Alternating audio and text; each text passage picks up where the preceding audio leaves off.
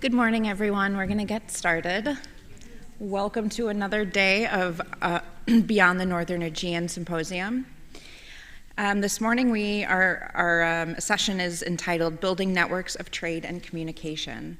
So we're going to start with Dr. Emil Nankov. Dr. Nankov is an assistant professor at the National Institute of Archaeology at the Bulgarian Academy of Sciences. His main scholarly interests focus on urbanization, warfare, and the ancient economy of ancient Thrace. Dr. Nankov was a regular and an associate member at the American School of Classical Studies, and he was part of the Excellence Cluster Topoi at the Freie University in Berlin. He is currently the co-director of the excavation at Pistiros. So please join me in welcoming Dr. Nankov.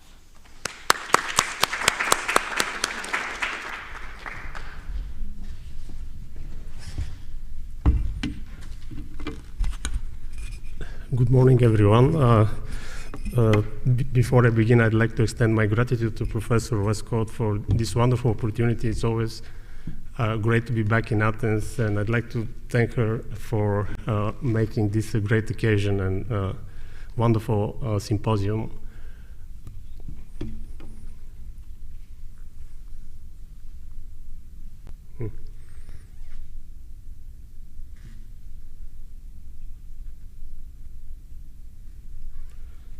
Back in 2018, there was a symposium organized in memory of Mieczysław Domaracki, who was the first excavator of the site, Emporion Pistiros.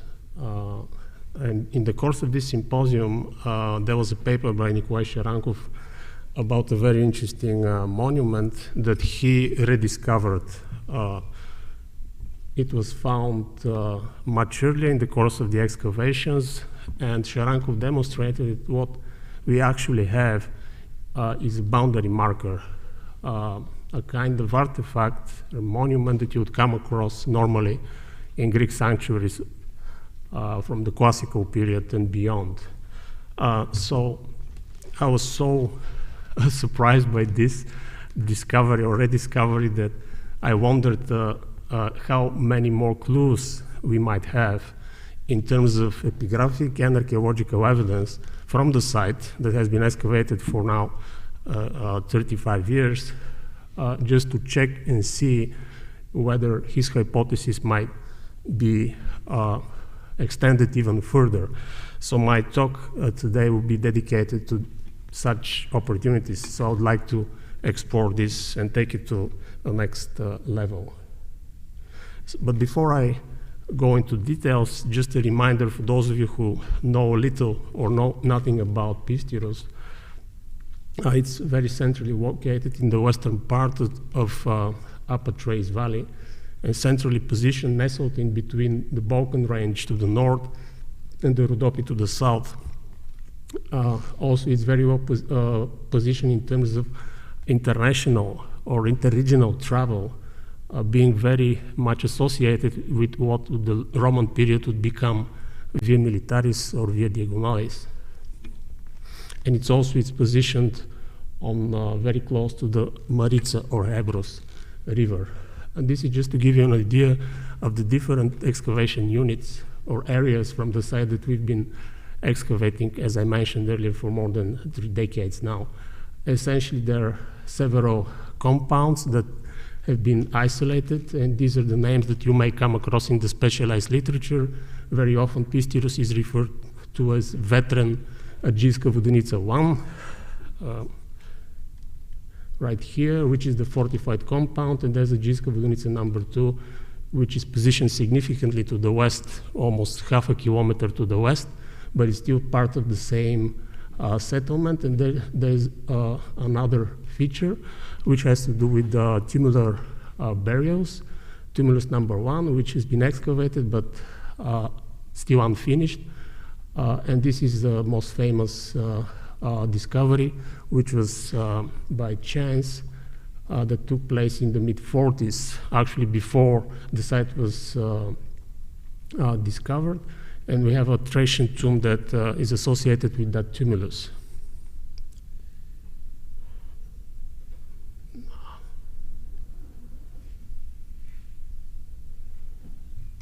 So going back to Giska Vodenica 1, or the fortified compound, just a state plan of excavated features up until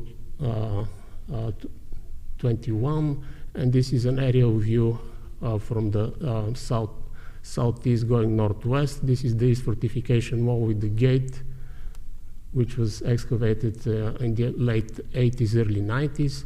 And there are a couple of buildings right next to the gate, and you have canalization here that goes out of the fortification wall.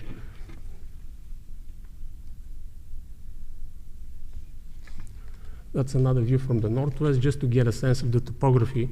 Another important detail here, and it's something that is often mentioned, but perhaps not realized to the level that it should be. The site suffered greatly from natural disaster.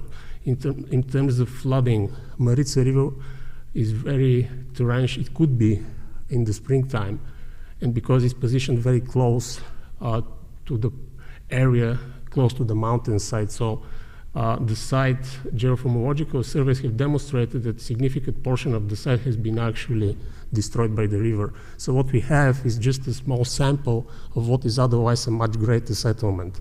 And I'd like to emphasize on this because it will come up later when we discuss the actual artifacts. So you can see this is the wall, and you should imagine that this would have continued to the south like that.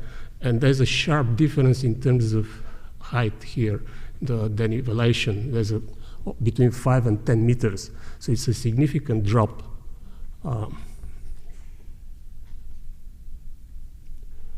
Now, going back to where we started, Pistiros is always, the site at Veteran has always been torn between archaeology and epigraphy.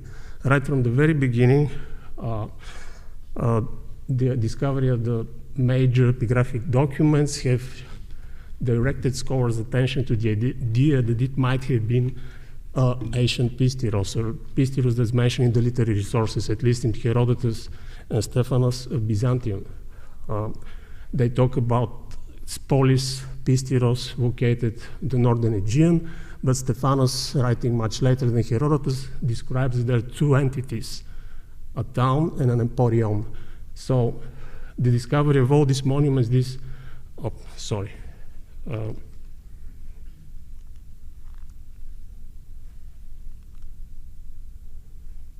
discovery of this decree here that mentions Pistiros being an emporion led to the idea that the site at Veteran is actually that emporion itself.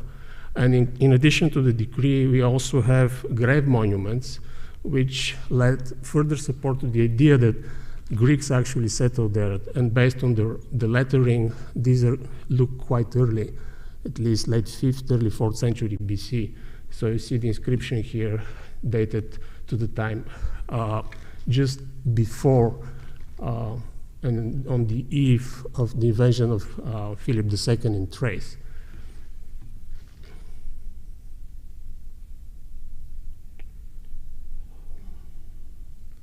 Sorry. So this is the way this stone that Sharankov reinterpreted as a boundary marker was discovered, very high in terms of strata, almost close to the surface, and it was found by the Czech team led by Professor Bozek, and at the time they thought that it was a recycled block, maybe used as a curbstone along the road, but dated to the early Hellenistic period. But there were some traces of lettering that Lydia Dumaratska initially interpreted as being part, perhaps, of a funerary inscription, very much like the ones that I showed you at the beginning. Well, Sharankov demonstrated convincingly that this, in fact, is something else, and the inscription itself should read as Abaton. And I hope you can see the letters. He realized that there's a stroke here that would make this vita rather than raw. So it's Abaton, and meaning inaccessible. I've just thrown in one parallel. There are hundreds of those from the classical world. Normally, they were set up in sanctuaries, and very often the Abaton inscription is accompanied by the name of the divinity to which this sanctuary has been dedicated. So unfortunately, in our case, that part is missing. But still, it poses a huge problem, and it has profound implications, I think, for the history, the social-political history of Pistiros, and this is what I try to explore further. So in terms of other clues, which have not been discussed by Sharankov's paper, because he's coming, of course, from the epigraphic side, but let's look at archaeology.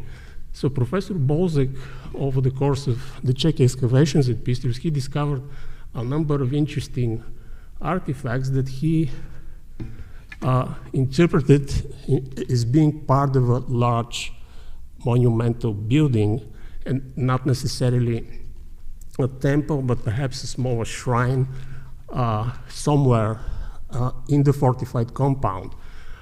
Some of those were found at the edge of the terrace that I showed you, the area that the river destroyed the site. So he hypothesized that this might have been in the area that's been destroyed by the river. Another interesting feature that these limestone pan tiles and architectural terracottas are actually found in pits. So they seem to have been deposited in the ground at some point. So that's a first clue that can be discussed. Excuse me.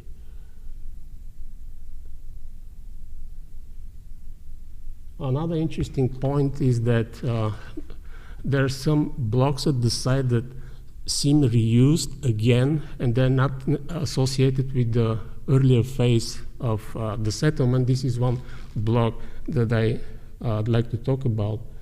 But before that, just to give you a sense of the kind of masonry we have, Čavdar Tsochev talked about Starosel yesterday. Very much this kind of construction in terms of building material, even joints, for instance, these L-shaped joints, they look very much like Starosel tombs, a retaining wall. But the idea has been that perhaps these were clamped together. It's been mentioned in the earlier reports that perhaps some areas contain traces of iron clamps set in lead. But what we actually have are prying holes.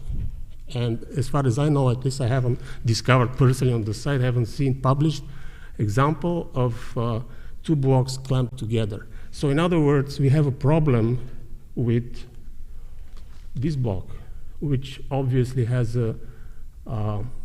here a cutting, which is used for iron clamps that were set in lead. So you have to come up with some sort of explanation what this block is doing there. Obviously reused, but what was the original building? In addition to this book, you see this is the way it was published from Vera Kolarova's meticulous study. And in addition to that block, Bolzek discovered several intact clamps, iron clamps with the lead around them. These are the examples. He found them in a pitus, again, keep in mind, in the early Hellenistic period. So most likely they were used to be melted down for some other purpose. And I realized when looking at this that this is exactly the same. So I hypothesized that this must have come from an earlier structure, most likely linked to blocks like this, of which we have one example, reused much later again. No, okay, of course, this is a kind of clamp that people who do Greek architecture, they know about this stuff. It's the so-called dove tail clamps, and they're normally associated with public large buildings. Here's some examples. One example from Aptera on Crete is a temple building, and in terms of dimensions of these blocks, they've, at least in my eyes, they look very similar. And also I've realized here that there's another cutting that has not been discussed in the publication. So obviously this is something like that, very small, but they are obviously clamped together, and it's part of a large building.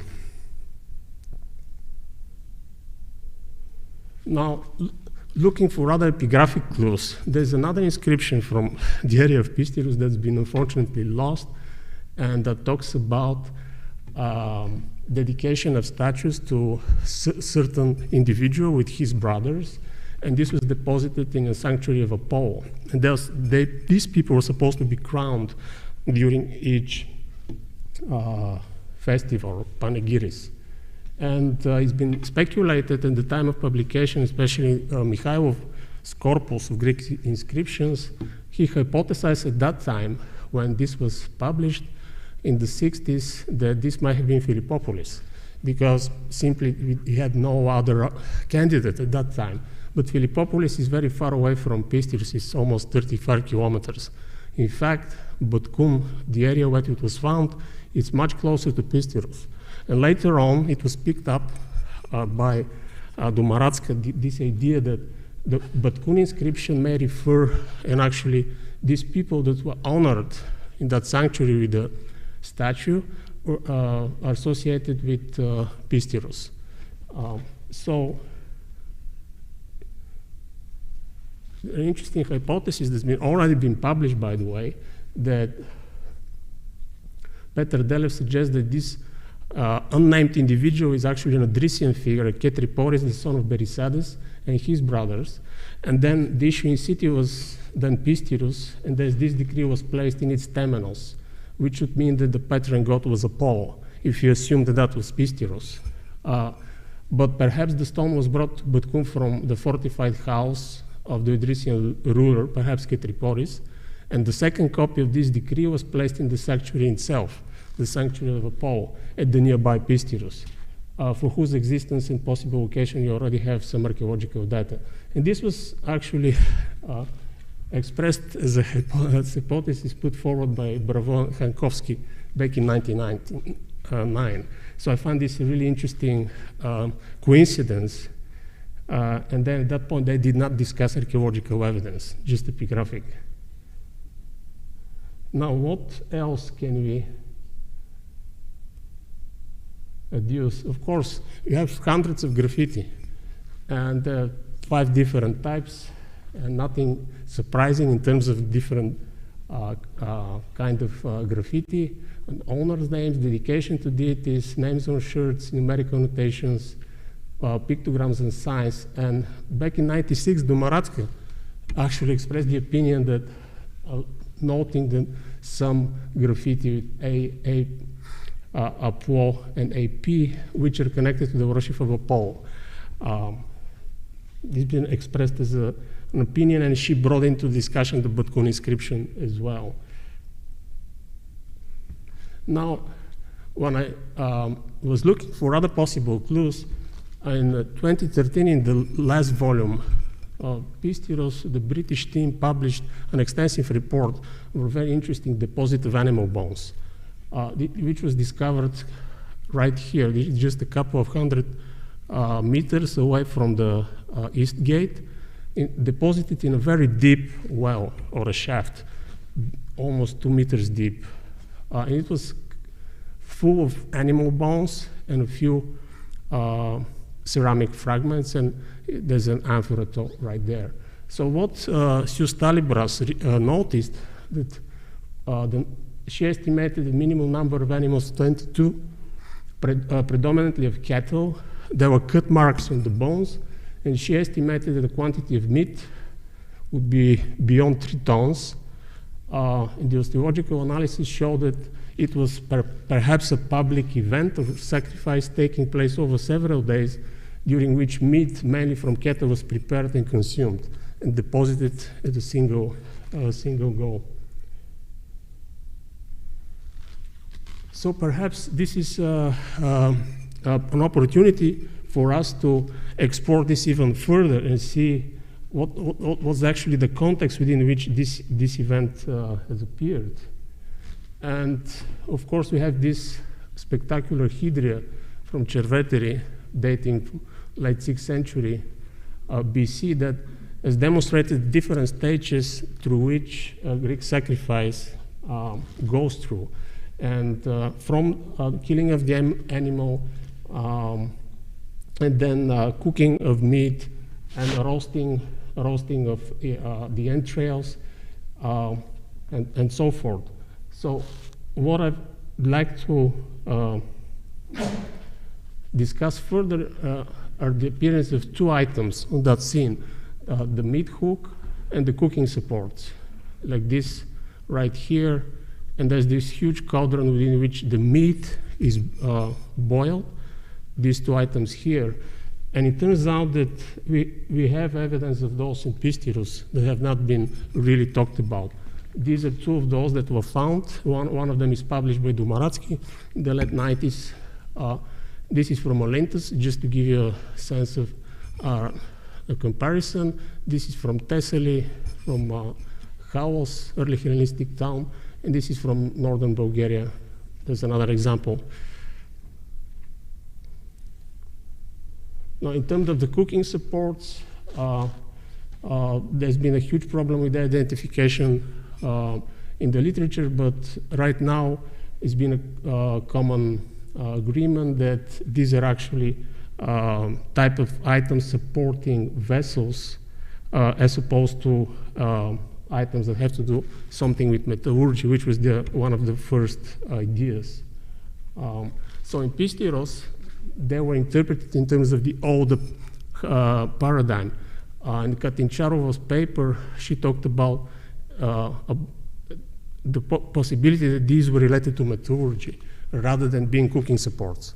But now, in an article that's forthcoming, I'll try to demonstrate that they're actually cooking supports. So what's interesting about those is that they're found in the so-called semi-sunken dwellings, which date from the late 5th, early 4th century. That is the first phase of the site. And to give you a sense of the kind of structure that one should imagine looking at Olbia in the same period, kind of settlements that are normally associated with the early phase of Greek colonization throughout the Mediterranean. So apparently Pistiros is no exception. During the latest excavations at Pistiros, so I had a chance to discover even more in terms of context. So it's possibly another semi-sunken dwelling. This is a fortification wall as a channel. So from here we have these three fragments that have come out. And all the material, the fill, is related to domestic refuse. So these are the kind of vessels that we have at Pistiros with these rounded bottoms, and normally these are supported on these cooking supports.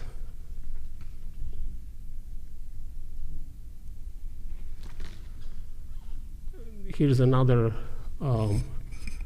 slide showing the variety in terms of cooking equipment that can be associated with this earlier phase of occupation of Pistiros, with this piraunoi, spouted hutri, and these baking devices.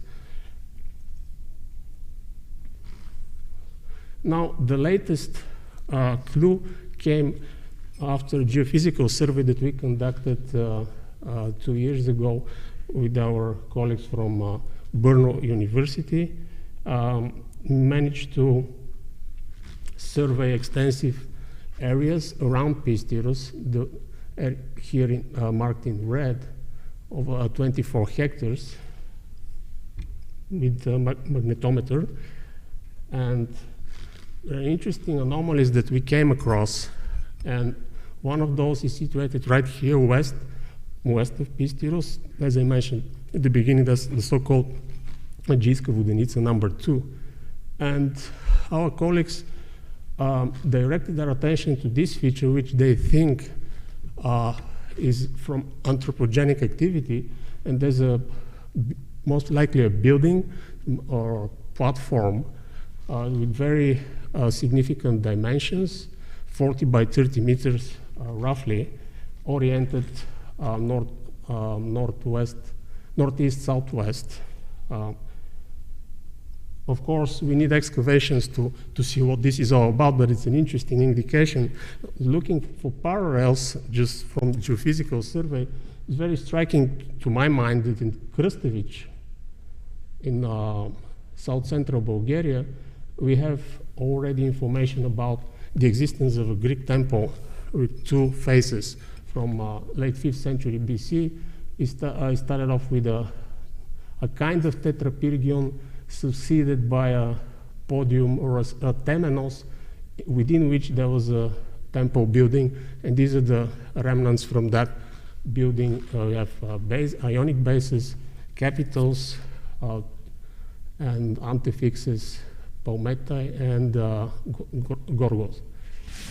And these are the dimensions of the temple itself and the temenos from Krstović. Of course, this is rather speculative at the moment because we haven't excavated yet, but it's very interesting that we have some of those already associated on the site in later context, in addition to the epigraphic evidence and the archaeological evidence.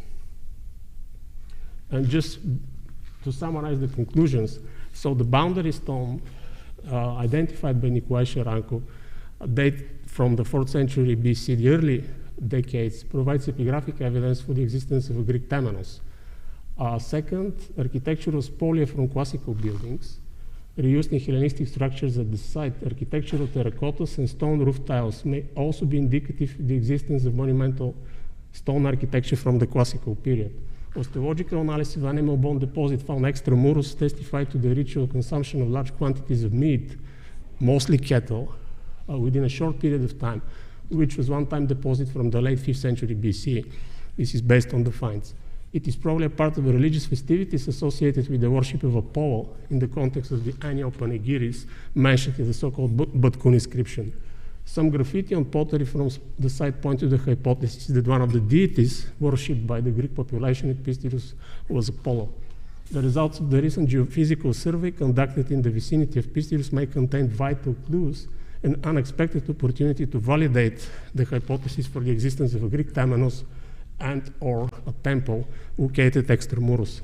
The recognition of strictly Greek cult practices from the end of the 5th, beginning of the 4th century BC provide further evidence for the conceptualization of Pistiros as a settlement with mixed population, which also shows that the arrival of the Greek settlers at the site occurred well before the Thracian campaigns of Philip II in the late 340s BC. Thank you.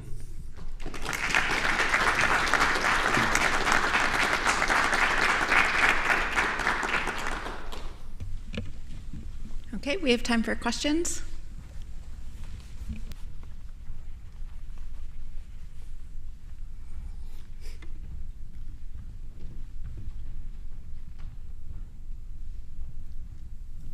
Thank you very much. It was very interesting, and I wanted to, maybe I missed it, about the history of the excavation of the site itself, and do you have future plans to keep working there? Because you do have, the evidence you presented is so, yes. Foretells great things ahead for you. Oh yeah.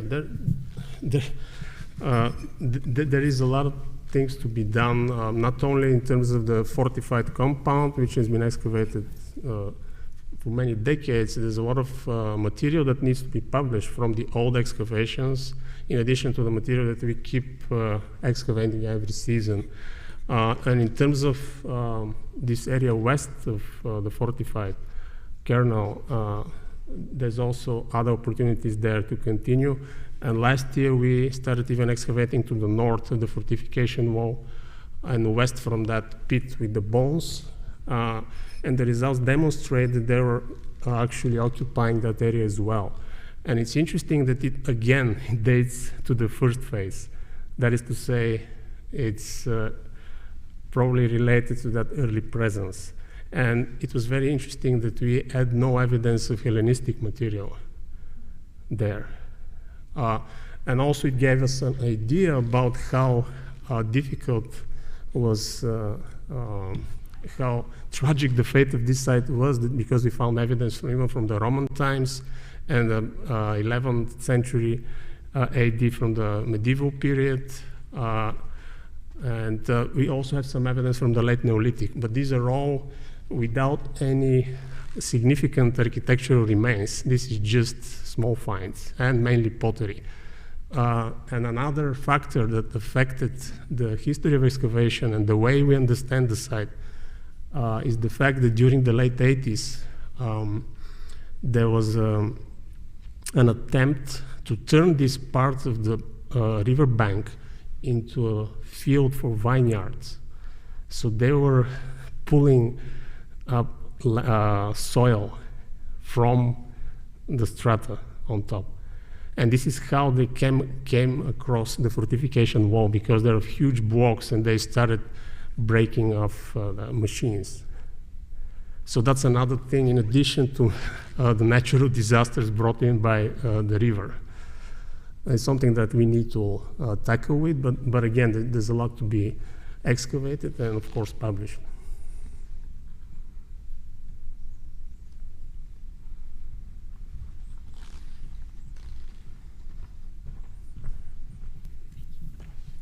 Thank you, Emil. That was terrific. And when you showed your graffiti, that Apollo, I immediately thought of Zoni, and the graffiti that mentions that refers to a sanctuary of Apollo there. And I was curious if these are concentrated in any way, like the finds are from Zoni, if there's also graffiti or inscriptions that are like those at Samothrace and Zoni that are in Greek letters, but maybe Thracian language.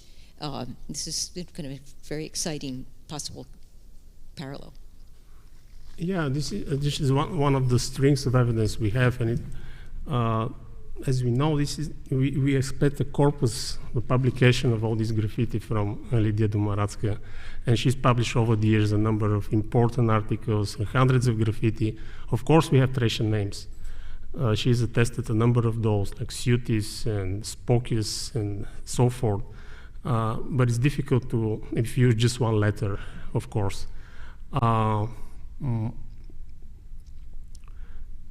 Of course, there are other examples I didn't mention during the presentation. Because of the so-called Pistiros inscription, the formula, both parties, they use Dionysus as the common divinity guaranteeing the agreement. And it's been a hypothesis in the literature that perhaps they abide by Dionysus because it was a sort of a divinity that both parties could relate to. I mean, this was Denis Dimitriou's idea. Of course, there are a number of graffiti with like theophoric names. I showed some of those, Dionysius, for example. But I think there's more compelling evidence, in addition to the graffiti themselves, that would demonstrate that there's a worship directed to Apollo. And in terms also of thinking where these people came from, I didn't mention, the Pistiros inscription mentions Apollonia, Maronea, and Tassos. So Apollonians are their Ionians. So all the inscriptions from the site have Ionic dialect. That's another, I think, important point to be made if you think about Apollo as being the main divinity. So I've just sketched out the different areas that we might go into and trying to make sense of such an important discovery that Sharankov made. Because this stone was lying on the ground and they reused it, and actually it was face down. I mean, you can do with this what you want, but it's very important that this was part of an entity of architectural space that has nothing to do with Thracians. And this is the kind of things that we need in order to re-examine Domaratsky's idea about this being a Greek trading post within the heart of Thrace. And if you look around, what I've tried to do, hopefully successfully today, looking at other archaeological clues, I think that this is becoming even a bigger monster than what it looked if you just take Sharankov's Abaton inscription.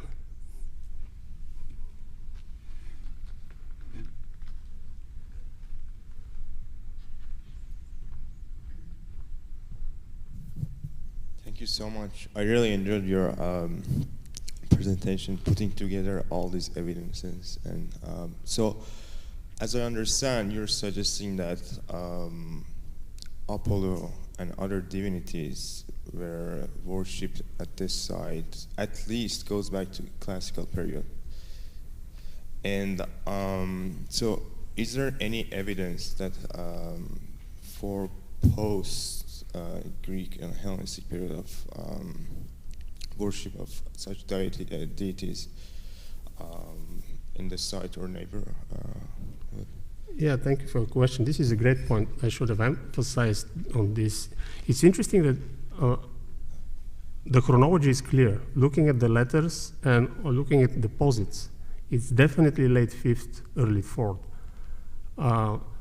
And these things were used. I didn't point out that the funerary stones, the tombstones, are actually, one was found as a block within the wall. And this sacred monument, the abaton, the boundary marker, was lying face down. So, and this is happening 100 years later. So at some point, something must have happened for them to start reusing all this material that's been around. I mean, we don't know where this temple, if there was a temple, I'm convinced that there was, but where exactly it is, but they apparently took this stuff and reused it very significantly in the later period.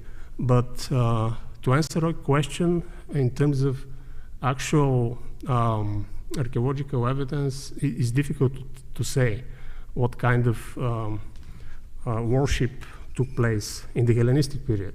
But definitely the site was taken to the next level, because when the Greeks came and settled, they were living in these semi-sunken dwellings. All of a sudden, the site turned into something completely different. I showed you these large buildings. They were afforded with roof tiles. There was a canalization. There was fortification. And this seems to have happened after Philip, at least in my view. And based on what I've discovered on the site in terms of actual deposits associated with the wall. So for me, there are clearly two distinct phases. And I think we are very mistaken if you think about Pistiros as a fixed entity in time. There's nothing like this. I think it was a fluid form that underwent changes depending on the conditions within which it existed. It took off as a place where the Odrysians decided, the Odrysian king thought that it might be a good idea to take advantage of all these connections that the Greeks would have with the northern Aegean, because this is where they came from. But then when Philip showed up in the mid-40s, something terrible happened. Apparently, they have to reconsider and issue a new set of documents demonstrating the new status of this settlement within Thrace as being part of Macedonian kingdom, now as a strategia. There were actually a strategos appointed before Alexander went to the east. There were three of those people who actually ruled over Thrace, and this ended with Lysimachus, who was very important in the region for almost 40 years. So Pistiros still existed, but I think it was very completely different from what happened in the early 5th and late 5th, early 4th, when they were under the wing, as it were, of the Odrysians. So I hopefully have tried to demonstrate that these are two different phases. It's the same animal, but still it shows different phases. One more question. Based on the location of the boundary stone that you found and the orientation of the building that you showed with the geophysical prospection, have you looked for other areas, for the other boundary stones in other areas? Do you see what I mean? Well, for now, we have I didn't talk about this. The fortification wall has been really shifted around by this heavy machinery. You probably noticed that it was just cut off.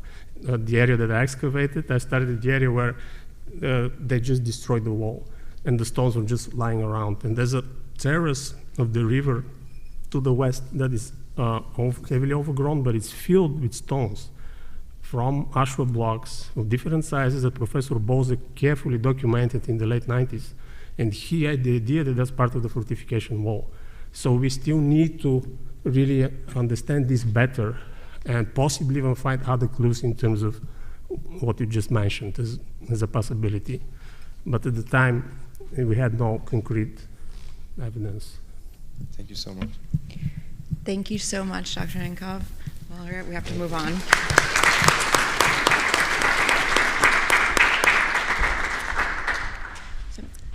Our next presenter is Dr. Musa Kadioğlu. He is a professor of classical archaeology at Ankara University and director of excavations at Teos since 2010. His primary research interests center on Greek and Roman architecture in Asia Minor, investigated through excavation, 3D modeling, and architectural restoration and reconstruction. His books include Nisa on the Meander, Die Skene Frans des Theaters van Nisa am Meander, Forschungen in Nisa am Meander 1, several other German publications that I will not list due to my horrifying German accent, Roman Ankara, which was published in 2011. Today his paper is entitled, oh my gosh, I'm sorry.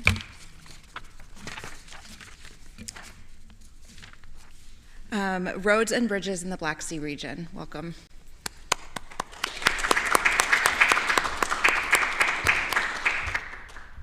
Thank you, Katie.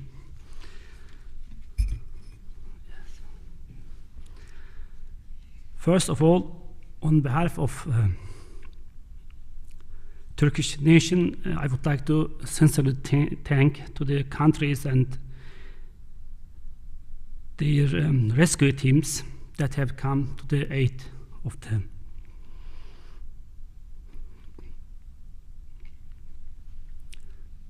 double earthquakes since 6th of February in Turkey. I would like to thank Professor Bonavescot for the invitation to Athens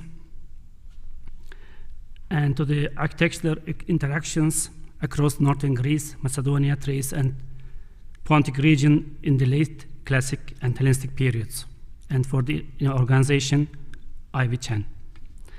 In this Getty Connecting Art History seminar, I would like to discuss briefly the roads and bridges in the Black Sea region.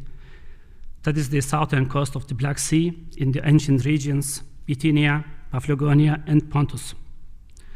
Although this seminar covers the late Classical and Hellenistic periods, the archaeological remains of this period in this area, in this region, are very limited and mostly belong to the Roman imperial and later periods. The foundation of the Ionian settlements on the coast of the Black Sea led to a fundamental change of the entire region since the mid-7th century BC. In this colonization, Miletus and Megara were the most active cities during the Archaic period. At the end of the Archaic period, the entire region was annexed from Colchis in the east to Thrace in the west. Afterwards, the trade roads were improved and relations with Aegean coast were established. In order to control the grain trade in Black Sea region, Athens granted Athenian citizenship to the tyrants of Heraclea Pontica, which was a Megaran colony. Even in classical period, the needed manpower, namely slaves, for the Aegean police were obtained from this region, especially from Paphlagonia. As Apoikia were Heraclea Pontica, Sinope, Amisos, Kotiora, Trapezus, the important cities on the North Anatolian coast. Archaic, classical, and Hellenistic finds, which were found in the archaeological excavations carried out in 1944 by Ludwig Butte, and then 1950s by Ekrem Akurgal and Ludwig Butte at Sinope, determined the earliest Greek colonization in the southern Black Sea region. This was confirmed by the found Corinthian potteries from the late 7th and 6th centuries BC. Apart from these early investigations at Sinope, due to the lack of regular archaeological investigations as well as excavations, the city is in other southern part of Black Sea area almost unknown. However, thanks to the rescue excavations carried out by various regional museums, some of those cities are meanwhile partially known. The heart of Persian Empire is linked to satrapies by an original system of communication. A network of imperial roads with sagging posts rest houses and travel rations. One of them amongst these, the Royal Road, described by Herodotus in the mid-5th century BC. The Royal Road connected the Lydian satrapy Sardis via Gordion and Abdera to Susa. Another part of this road network under Persian rule in Asia Minor was built in the Black Sea region from Daskylium, the satrapy of Hellespont in Phrygia, through Heraclea Pontique, Sinope, Kotiora, and Trapezus, and further east to Bactria. Such roads under Persian control certainly had political, administrative, and military functions, but they were used by travelers and traders. Persians measured the empire's interconnecting main roads, namely highways, and erected stone monuments marking distance. Today, however, all archaeological remains or material on the northern part of the Royal Road is missing. From the Anabasis of Xenophon, we learned that in about the end of the 5th century BC, a large army on its return journey to Greece used partly the land routes in Black Sea region. Under Xenophon's leadership and encouragement, the 10,000 soldiers reached the march north towards the relative safer coastal cities on the Black Sea, and from there further west. It is known that a Persian tradition was maintained in the Hellenistic period, that is, distance markers were set up on the main road, upon the order of some kings. Unfortunately, not a single distance marker from the Black Sea region has been preserved from Hellenistic period. The kingdom of Pontus, which stretched on both sides of the river Halys, from Amaslis to Kolkis, thrived between 3rd and 1st century BC and was governed by Mitratic dynasty. Presumably, Mithridates I Kitistes took the title of the king around 280 BC. It is most important king Mithridates II Eupator managed to build a great empire that would collapse after 30 years of brutal wars against Rome. However, at least in Black Sea region, archaeological remains of road and transportation networks are completely lacking, despite the borders of the Mithridatic kingdom covering almost the entire Anatolia and the Black Sea coast in the 1st century BC. Amongst the campaigns of Sulla, Flavius Fimbria, Licinius Murena, Licinius Lucullus, and Gaius Cotta, in the Mithridatic wars to Asia Minor, especially the campaign of Julius Caesar, proves that the road network must have been widespread in the Black Sea region. After the Mithridatic wars in Anatolia and civil war in Rome, Caesar came to the Pontic region and defeated Pharnaces at the Battle of Zela. The road networks that we were able to identify with archaeological and epigraphical finds and remains from the Roman imperial period should point to the road networks formed in the region during the Persian period and after that the Hellenistic kingdoms followed. However, with the Roman era, it becomes clear that the road networks reached all regions of Anatolia, as well as imperial territories. Especially the milestones, bridges, and paved road remains, which were found in large numbers, occupy an important role in the determination of these road networks. However, what distinguishes Rome from previous states is that the road construction was conducted very systematically, disciplined, with unparalleled technical capacity.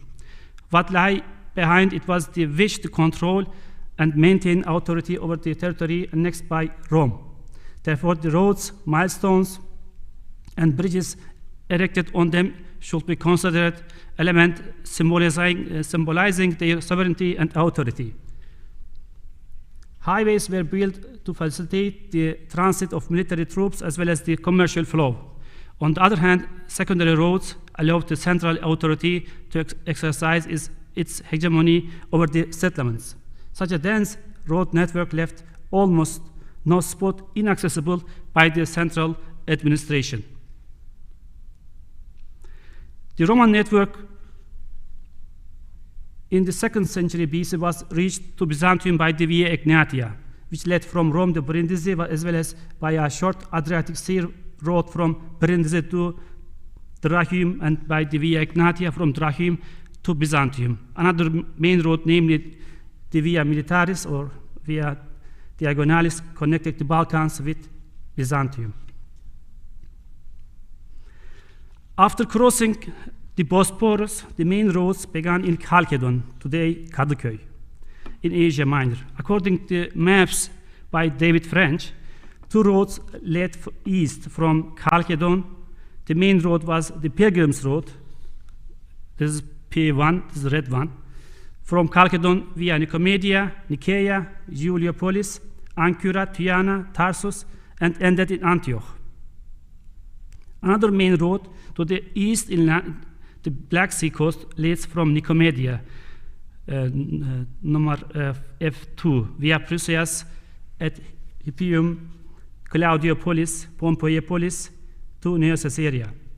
Parallel to this main road, the coastline road, this is C1, runs eastward from Chalcedon through Heraclea Pontica, Sinope, Amisos, and Trapezus.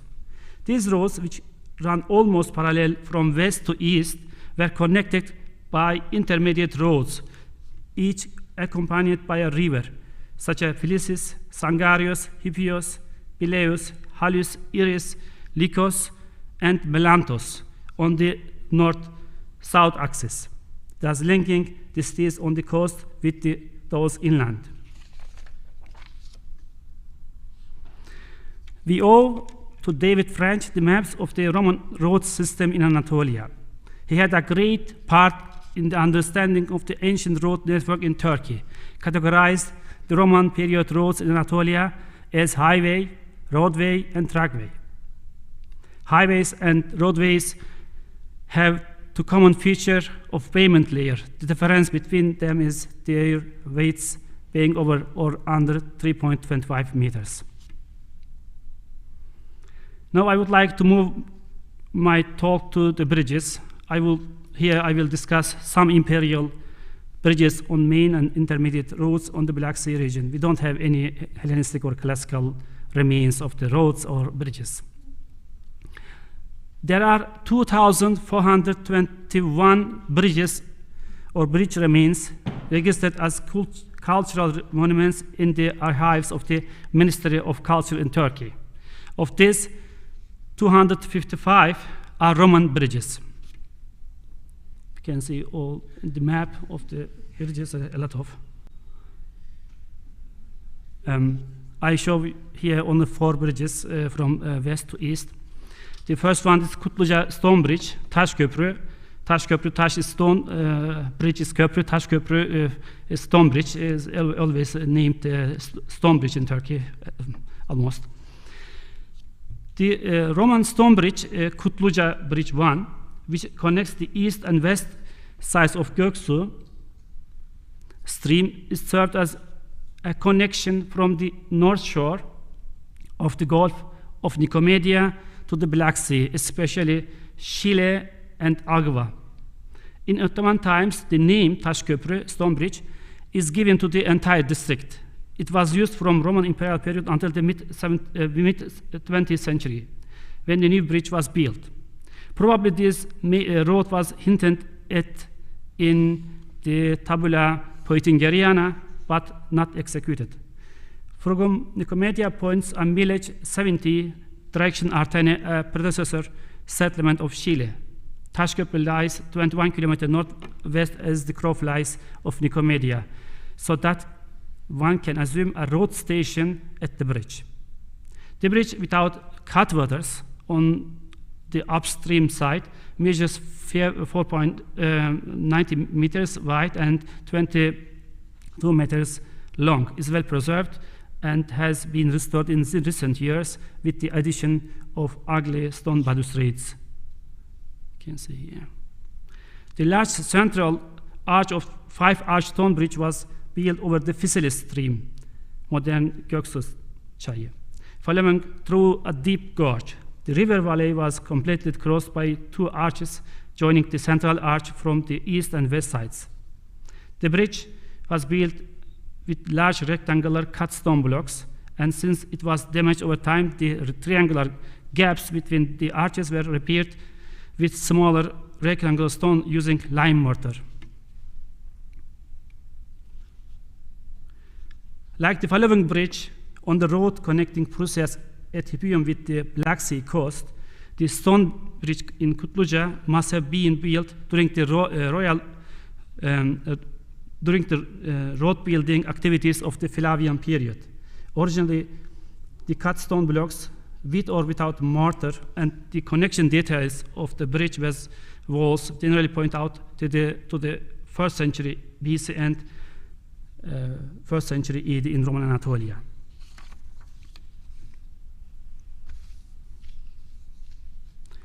The bridge at Prussia's Etipium. Like the stone bridge at Kutluca, another bridge is located at Prussia's Etipium over the Tabakane stream, one of the arms feeding the Hypium River, today Büyük Melençay, and links Prussia's inland with the towns of Dia and Herakleia on the Black Sea coast. These two bridges are not on the main road in east-west direction, but on the intermediate route in north-south direction, which lie on the main road from Chalcedon to Neo Caesarea, F2, you see here. The road networks connect the cities of Black Sea region with the cities in the Aegean. The three-arched bridge at Prussias was built of cut stone blocks in pseudo-isodomic masonry, and it's 4.70 meter wide and 30 meter long, and has in triangular shape of cutwaters which stand only on the upstream side. During the archaeological excavation carried out in recent years for the restoration of the bridge, the remains of piers were found at the southern beginning of the bridge. We see the red lines, which probably belonged to a three-arched gate or triumphal arch, similar to the Sangarius bridge. The laying of the highway from Chalcedon via Nicomedia, Claudiopolis, Creteia, Philiopolis to Ankyras started in the last years of Emperor Vespasian, 78 AD. Many milestones related to this road network have been found. The bridge at Prussia's Etipium was probably built in the connection with this construction of the main road in the second half of the 1st century AD, after the restoration. Stone bridge at Taşköprü, close to Pompeiapolis. Taşköprü stone bridge is located at Taşköprü district of Kastamonu and crossed the Gökırmak stream, one of the northern arms of Halys. It is located on the road from Nicomedia to Neo Caesarea and has a width 5.10 meters and a length of 68 meters. The bridge has 6 semicircular arches and was originally built of cut stone blocks, but the restoration over the times has almost caused it to lose its masonry character. It was heavily restored several times during the Selçuk and Ottoman periods, as well as in modern times, in which rubble stones, lime mortar was used and new parapets were installed.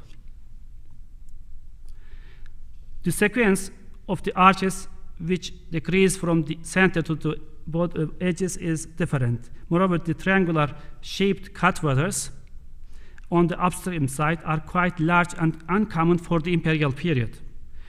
All of these changes to the bridge must have occurred over time as a result of the restorations. Although the milestones found in the Taşköprü district point out to the end of the 2nd and 3rd century AD. This bridge must have been built at the latest in the 1st century AD as part of the new provincial order of the Flavian period, since it formed the main northern traffic access between east and west. However, the travelers of the 19th and 20th centuries gives a description of the stone bridge of Taşköprü, which is fundamentally different from the design of the bridge visible today. Therefore, it can be assumed that the present stone bridge, what we now see, was built in the last years of the 19th century. the last bridge at Vezir Köprü, Köprübaşı Bridge at Vezir Köprü. In the Köprübaşı village of Vezir Köprü, ancient name Fazemon, district of Samsun, had risen another bridge where remains of the stone piers supporting the Roman bridge can still be seen in the bed of the Stavros stream. Many Roman milestones of this road have been found in this area, such as Tepeören, Beyoren, Ortaklar, Yazıkışla, Çayırözü, and Havza. It connected the main road from Nicomedia through Pompeiapolis and to Neo-Caesarea in the east-west direction, as well as in north-south direction to Amisos, which today are also the main arteries of the road system of Turkey. The earliest milestone found in Vezir Köprü dates the road to the time of Nerva, 97 AD. Other milestones associated with this main road, F2, from Nicomedia to Neo-Caesarea, have been dated to the end of 3rd and beginning of 4th century AD. This bridge is 3.90 meters wide and 104 meters long, was built with cut stone blocks and probably has 9 arches. The arches of the bridge are not preserved, and above the intact piers stretch a modern asphalt bridge. It is characteristic of this bridge that in triangular shaped cutwaters are built on the down and upstream side of the bridge.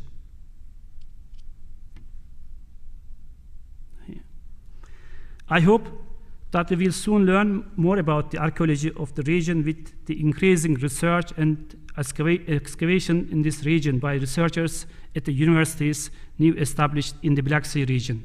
We can say that the architectural interactions in northern Greece, Macedonia, Thrace, and Pontus regions are only provided with dense road network systems for now.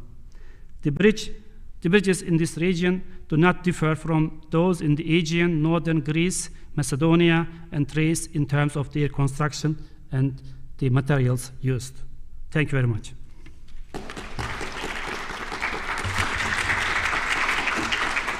Okay, we have time for just a few questions.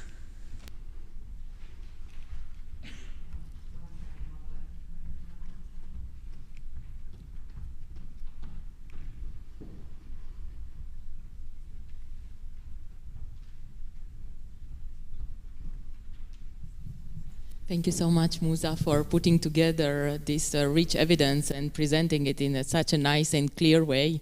Congratulations. I have a question about architecture, for one. So, in fact, 2 questions. Can you distinguish the Byzantine and the Ottoman refection of the bridges, and how can you distinguish them?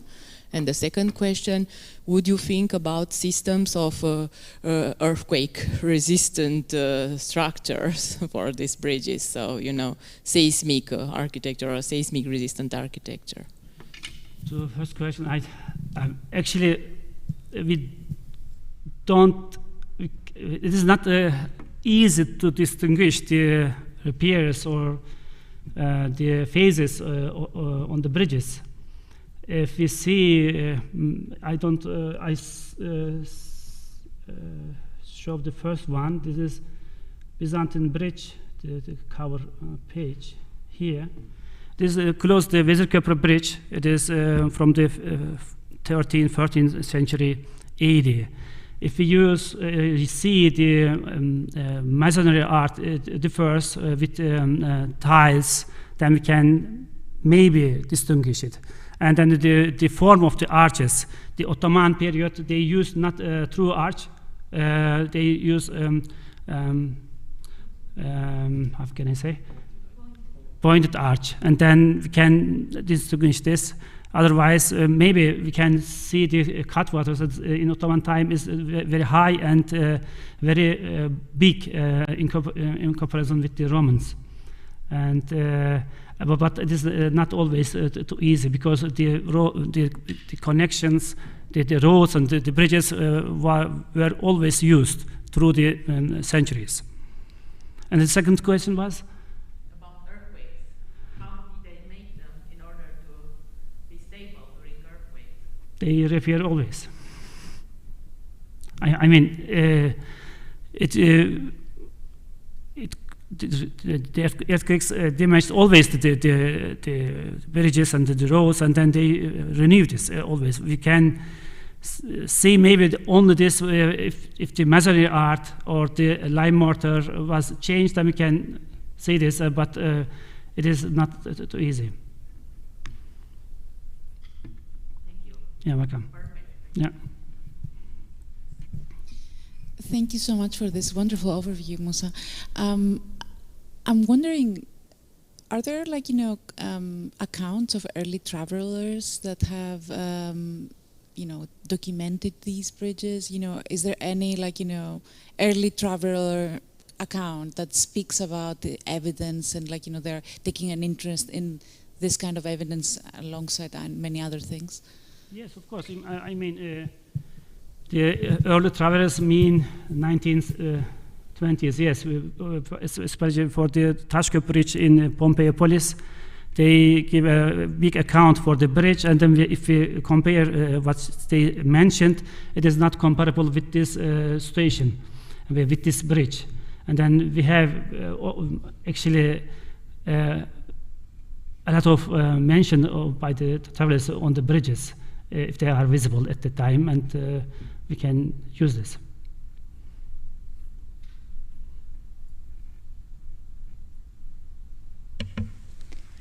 Thank you so much.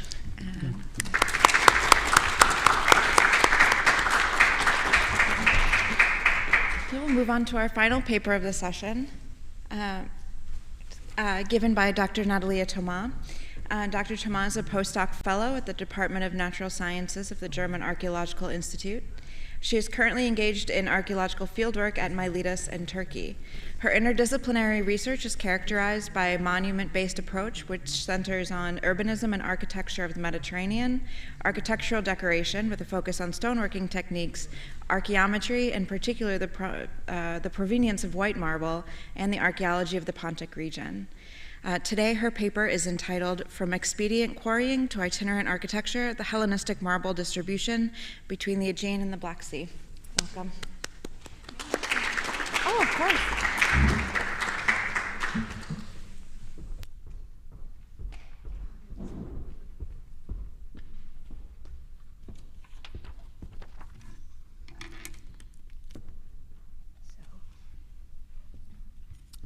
Can you hear me? Yeah? It's a bit too high. I'll just drink a bit of water before starting.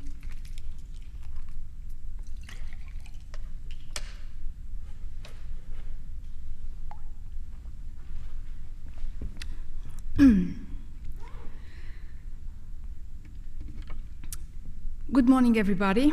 I would like to start by thanking Bona Westcott for the initiative of the Getty Connecting Art History program beyond the Northern Aegean that made this research network possible, as well as for the invitation to this conference at the American School at Athens. My presentation aims to discuss preliminary data, and I stress preliminary data, of a marble provenance survey of the architecture of the Black Sea coast, results that emerge from my recently completed project on marble dynamics in the Eastern Aegean, more specifically on the marble resources and the construction industry in the Ionian city of Miletus. I argue that the archaic, classical, and Hellenistic that during the archaic, classical, and Hellenistic periods, the extraction of lithic material for construction purposes was primarily expedient and relied on resources available in the hora, or in the territorium, or in the proximity of the urban center where the construction processes took place. Nevertheless, the distribution of lithic material on a regional scale is not uncommon in the Greek period, but occurs regularly as part of the donation practice for the sanctuaries, as is the case of the colossus of the Nexians on Delos, or the treasure houses in the sanctuaries of Delphi or Olympia. In this context, it should be emphasized that neither the lithic material in general, nor marble in particular, was a trade good per se, but always part of specific architectural and sculptural commissions. My working hypothesis is that the turning point in the development of the large-scale marble distribution was the Hellenistic period, when the Ptolemaic, Seleucid, and foremost Attalid rulers began to use marble as a building material for decorating their residences, and, in parallel, initiated a flurry of activity of sculptural and architectural gifts to the main Greek sanctuaries. I recall the examples of Samothrace, built with Dacian marble, but also the case of the Eumene Stoa on the Athenian Acropolis, built with Proconnesian material. The building policy of the Hellenistic rulers created the conditions for large-scale production and distribution of marble architecture, which later formed the basis for exploitation practices in the main marble quarries of the Mediterranean and favored the development of the Roman marble industry. Due to the limited time frame, but also because of the incipient stage of the project, I decided to focus on 2 case studies. First, I will use the example of archaic and Hellenistic, foremost Hellenistic Miletus, to show the expedient character of stone quarrying in this period, and then I will go beyond the Aegean to the western Black Sea coast to Histria, both to shed light on the emergence of marble distribution in one of Miletus' colonies, and to illustrate the Hellenistic turn with the appropriation of new design models through itinerant architecture and non-local building materials.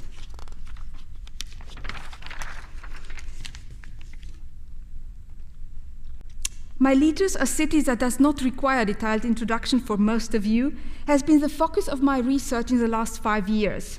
Though my project was primarily set on the Roman imperial phase, the complexity of the geological setting of the Meander Valley, of the surrounding Meander Valley, and the limitations of archaeometric method on the marble provenance forced an expansion of the research area to include the archaic and Hellenistic monuments of Miletus, particularly its extra-urban sanctuary of Apollo at Didyma, that you've seen on the previous slide over here. Situated near the mouth of the river Meander, on the southwesternmost point of the Latmian Gulf, that is nowadays the brackish lake Bafa Gölü, Miletus and its territory superposes the geologic unit of the Menderes Massif, a metamorphic formation particularly abundant in marble and other lithic material best suitable for construction purposes. Since the late 1970s, the region has received constant attention, started with Peshlo Bindokat's archaeological survey, who identified several ancient quarries, and continuing with the mainly archaeometric work of German, Kramer, and Borg. The current state of research sees an extensive use of local white and white-grade marble that was quarried on the shores of the Latmian Gulf in 2 distinct extraction areas named after the juxtaposed ancient settlements. The quarries of Heraclea in the east on the flanks of the Latmus Mountains near Heraclea ad Latmium, and the quarries of Miletus on the southern shore on the foothills of the Grion. Other than the Latmian, the compact Latmian deposits, the south shore quarries are disparate between the hills of Levka Borda and the Silva Oliva site, a touristic complex direct on the highway connecting Söke to Milasa. In keeping with their location facing the Bafa Plain, they are also referred as the Miletus East and Miletus West quarries, respectively. The archaeological evidence of 2 large extraction sites and 90 unfinished column drums, that you can also see here, but here as well, in the quarries of the Levka Borda, abandoned the quarries, being assigned a significant role in supplying the construction activity in Miletus, and especially its sanctuary at Didyma. Nevertheless, the archaeological studies of German and Kramer that focused on provenantic archaeological material attributed to the other district, to to the Heraclean, the prevalence in supplying Miletus with the construction material. Therefore, for both Hellenistic and Roman period, the previous research assumed a massive import from Heraclea as construction, as building material for the public architecture, such as the Bouleuterion and parts of the Didymaion. Moreover, the Heracleotic marble is occasionally mentioned by ancient authors in connection with archaic building projects, which seems to give further support to the archaeometric results. Let's have a look. In his 10th book of the Architectura, Vitruvius relates the anecdote of Pixodaros, a shepherd that discovered by chance the Ephesian marble supplies. It occurs just at the time as the Ephesians were considering marble import from Paros, Tassos, Proconnesos, or Heraclea for the construction of the Artemision, a project started 560-550 BC with the financial support of the Lydian king Croesus. However, the archaic exploitation of Latmian marble by the citizens of Heraclea under Latmos is quite impossible, since the eponymous city was not founded until 250 years later, when Pleistarchos transferred the population from the settlement of Latmos to his residence Heraclea. Now, Vitruvius is known for its extensive recourse to Hellenistic sources, and the Heraclean stone, Litos Heraclea, is indeed mentioned by the Hellenistic author Theophrastos in his work Periliton, where, however, was used to designate native magnetic iron oxide, a lodestone of probable Lydian origin and not a marble variety. Furthermore, Heraclea is a rather common name than more than 40 ancient cities and settlements around the Mediterranean shared. In absence of an epithet such as Pontic or Sintike, the absence makes it difficult to reliably assign a geographic location to resources whose name derives from such a place. Although further research is needed, my brief analysis shows that there are no valid arguments to connect the Latmian marble to the written sources that would prove an early extraction activity or distribution of the Latmian Heracleotic marble. Moreover, despite their extent, these deposits do not seem to have produced any significant economic or urbanistic effect on the city of Heraclea, either in Hellenistic or even less in the Roman times. The Athena temple is built of local gneiss with only the facade in marble, same as the agora whose only colonnades are marbled, while the 7-kilometer-long city wall was completely of gneiss. All this indicates that the quarrying of marble and the infrastructure, and I stress infrastructure, required for it were rather limited around 200 BC. At the same time, the neighboring city of Miletus undertook massive efforts to rebuild the sanctuary of Apollo or Didyma, as over 30 building accounts provide detailed information on the extraction, transportation, and setting in place of ashlar and architectural elements. Despite the strong epigraphic evidence that explicitly names local quarry districts as sources of the material used for the temple, archaeometric investigations carried out by Borg in the 1990s revealed that one of the marble varieties used for the portal, and I will show another for the portal and for the dodekastylos, originates from Tassos. This indicates that the demand for building materials in Miletus could apparently not be completely met from the local sources and therefore had to be supplied by imports. Indeed, macroscopic features, coherent isotopic values plotting within the field of Aliki, but also the microscopic features of old data and recently measured samples seem to confirm Borg's assignation of the marble of the North Portal rivet and most of the drums of the dodekastylos to the Thracian calcitic deposit. So you can see here, we can discuss later, this is the Great Portal, and here you see the samples that I mentioned, plotting exactly in the field of Tasso Aliki. And here you see a thin section, and the differences between the other material. This is the local marble used, and this is the Proconnesian that comes in the Hadrianic period. Moreover, in the Hadrianic period, and further serious attempts were undertaken to finish the construction of the temple, it was again by means of import, this time from Proconnesos, that the demand for construction material was covered. At no moment, at its almost 600 years long-lasting construction project of the Didymaion, whenever large volumes or special featured marble was required, did Miletus recur to the deposit of Heraclea, but used its own or imported marble. Column drums destined for the late Roman construction phase of the Didymaion that remained abandoned in both Milesian quarry districts testify to this exploitation area, testify that these exploitation areas were not exhausted and remained active till at least the mid of the 3rd century AD. So you remember the slides I showed at the beginning of the presentation with the huge drums. Indeed, the archaeometric study that I recently concluded with the support of Donato Atanasio confirms the relevance of the local deposit and questioned the earlier identification of massive use of Latmian marble. A look at the isotopic diagram that we can discuss if you're interested after the presentation in detail. Used for the statistical analysis, the marble analysis of Miletus from Archaic, Hellenistic, and Roman period show that the local marble was the most important resource for the adornment of the Milesian public spaces.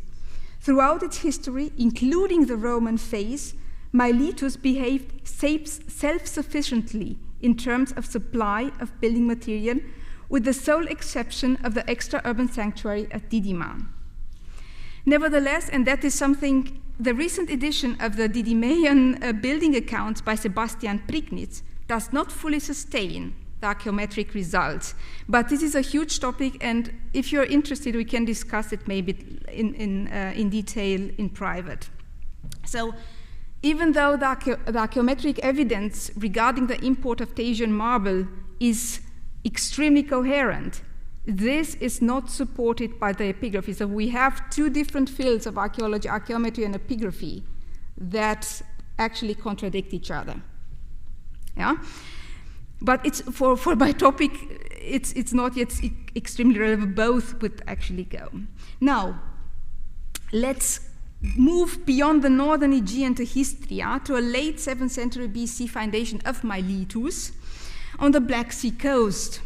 You can see on the slide an aerial view of the site bordered by the late antique city wall, and so this is the late antique city wall, and this is what we will hear talking about. And at its northeastern corner, the so-called sacred zone or sacred area or temple zone, which was the city's acropolis, where the city's acropolis was probably located in pre-Roman times. The sacred area has been at the center of the Romanian archaeological research in Histria for the last 70 years and has been thoroughly studied and published thanks to the activity of Dionisie Pipidi, Petre Alexandrescu, Alexandru Avram, Monica Margineanu, Conrad Zimmermann, and Iulian Bârzescu. On display, you see a plan of the sacred, is a plan of the sacred area with the main cult buildings from the Greek period and a photograph of the foundation of an archaic temple dedicated to Aphrodite. This is a perfect example of the type of building material used in the early phase of Histria's urban development. It is a very friable Turonian age limestone quarried near the city in the Babadak plain, as already noted in the 1990s by the geologist Albert Baltresch. Both the Turonian limestone and the local green schist are rather unsuitable for building purposes and suffer heavily from weathering. So you can, this way. You can see here some examples. So this is a temple of the Aphrodite. If we will ever visit Histria, you'll be disappointed not to see it because the temple is covered due to the bad state of preservation of its construction material. It's extremely friable. Yeah? Among the archaic architecture, and the adornments of the sacred area, there are only few exceptions carved of white marble. The foundation of the so-called monument M of late archaic, early classical phase, and 3 anchor stocks deposited as offerings at the northern corner of the sacrificial area.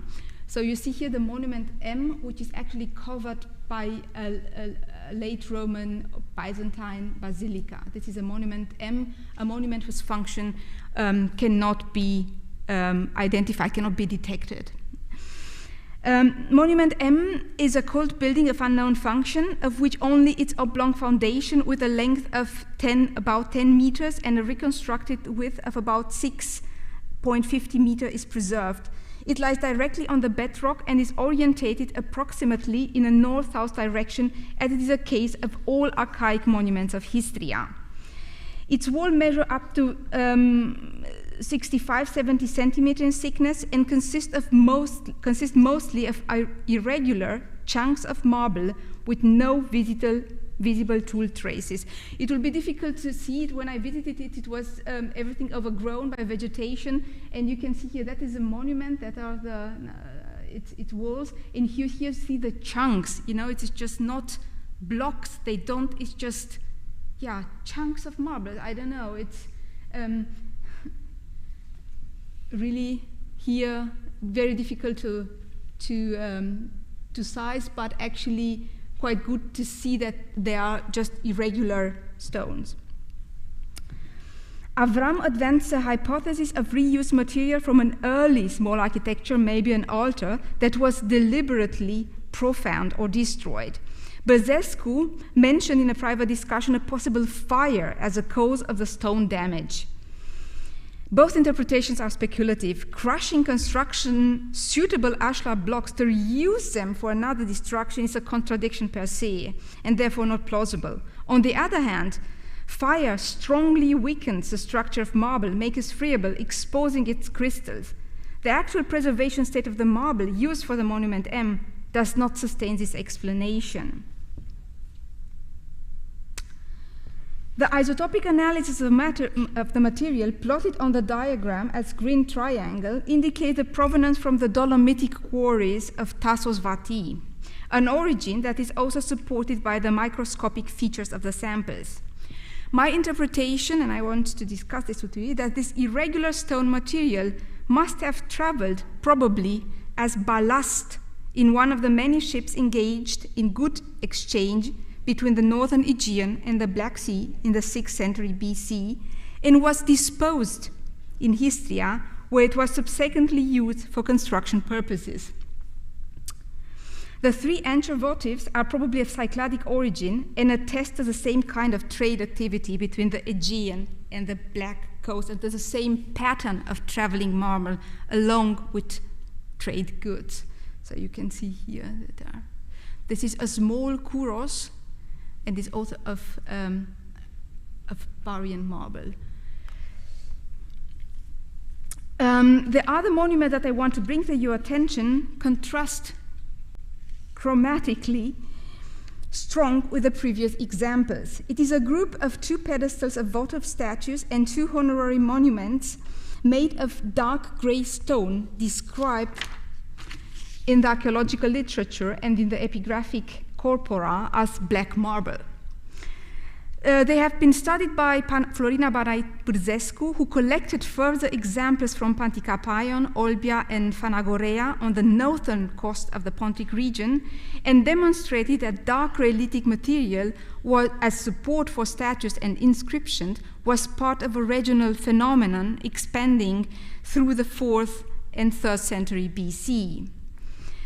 The dark gray stone is very compact, difficult to break, and takes a black metallic shine when polished. The macroscopic analysis evidences a carbonaceous limestone texture, slightly clastic, as shown by the abundant white veins filled with secondary calcite, that might originate from the Margaritis limestone quarries on the island of Chios. I thank Professor Lazzarini for this suggestion. Along with Lesbos, Chios was one of Histria's main trade partners in classical period, as the study of transport amphorae showed.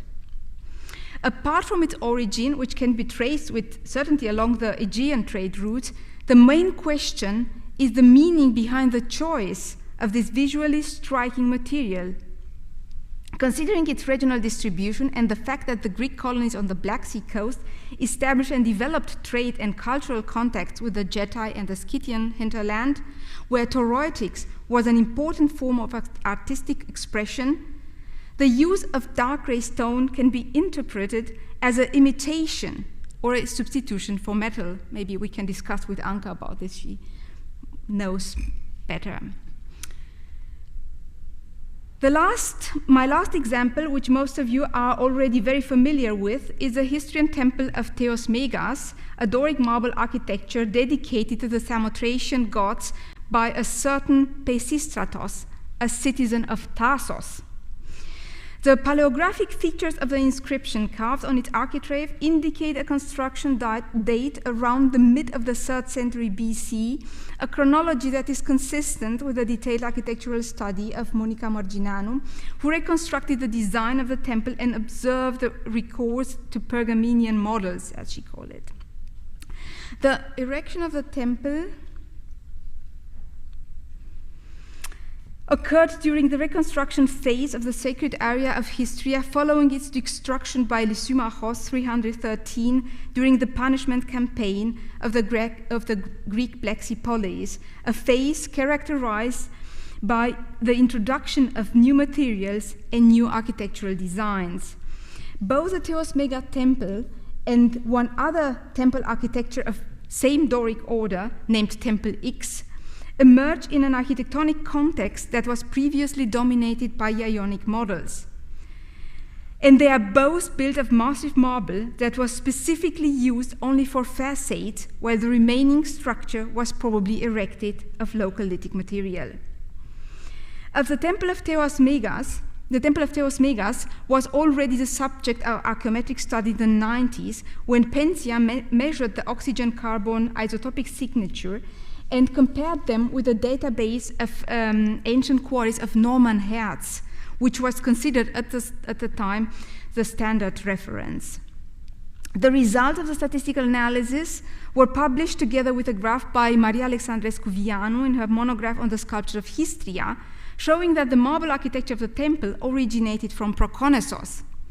Since the commissioner of the monument was a Thracian citizen, and this North Aegean island not only had extensive marble deposits, but also repeatedly supplied the building material for the construction of the Great Gods Sanctuary at Samothrace, as we know from the work of Bona Westcott and Yannis Maniatis, the archaeological research has since been skeptical about the Proconnesian origin of this Doric temple facade at Histria. Indeed, if you look here, a macroscopic expertise of the material evidences gray irregular spots that are rather common feature of the Thracian and not of the Proconnesian marble. Nevertheless, it has to be emphasized that this kind of chromatics or pattern vary extremely within one and the same deposit and are therefore selten diagnostic. The isotopic signature,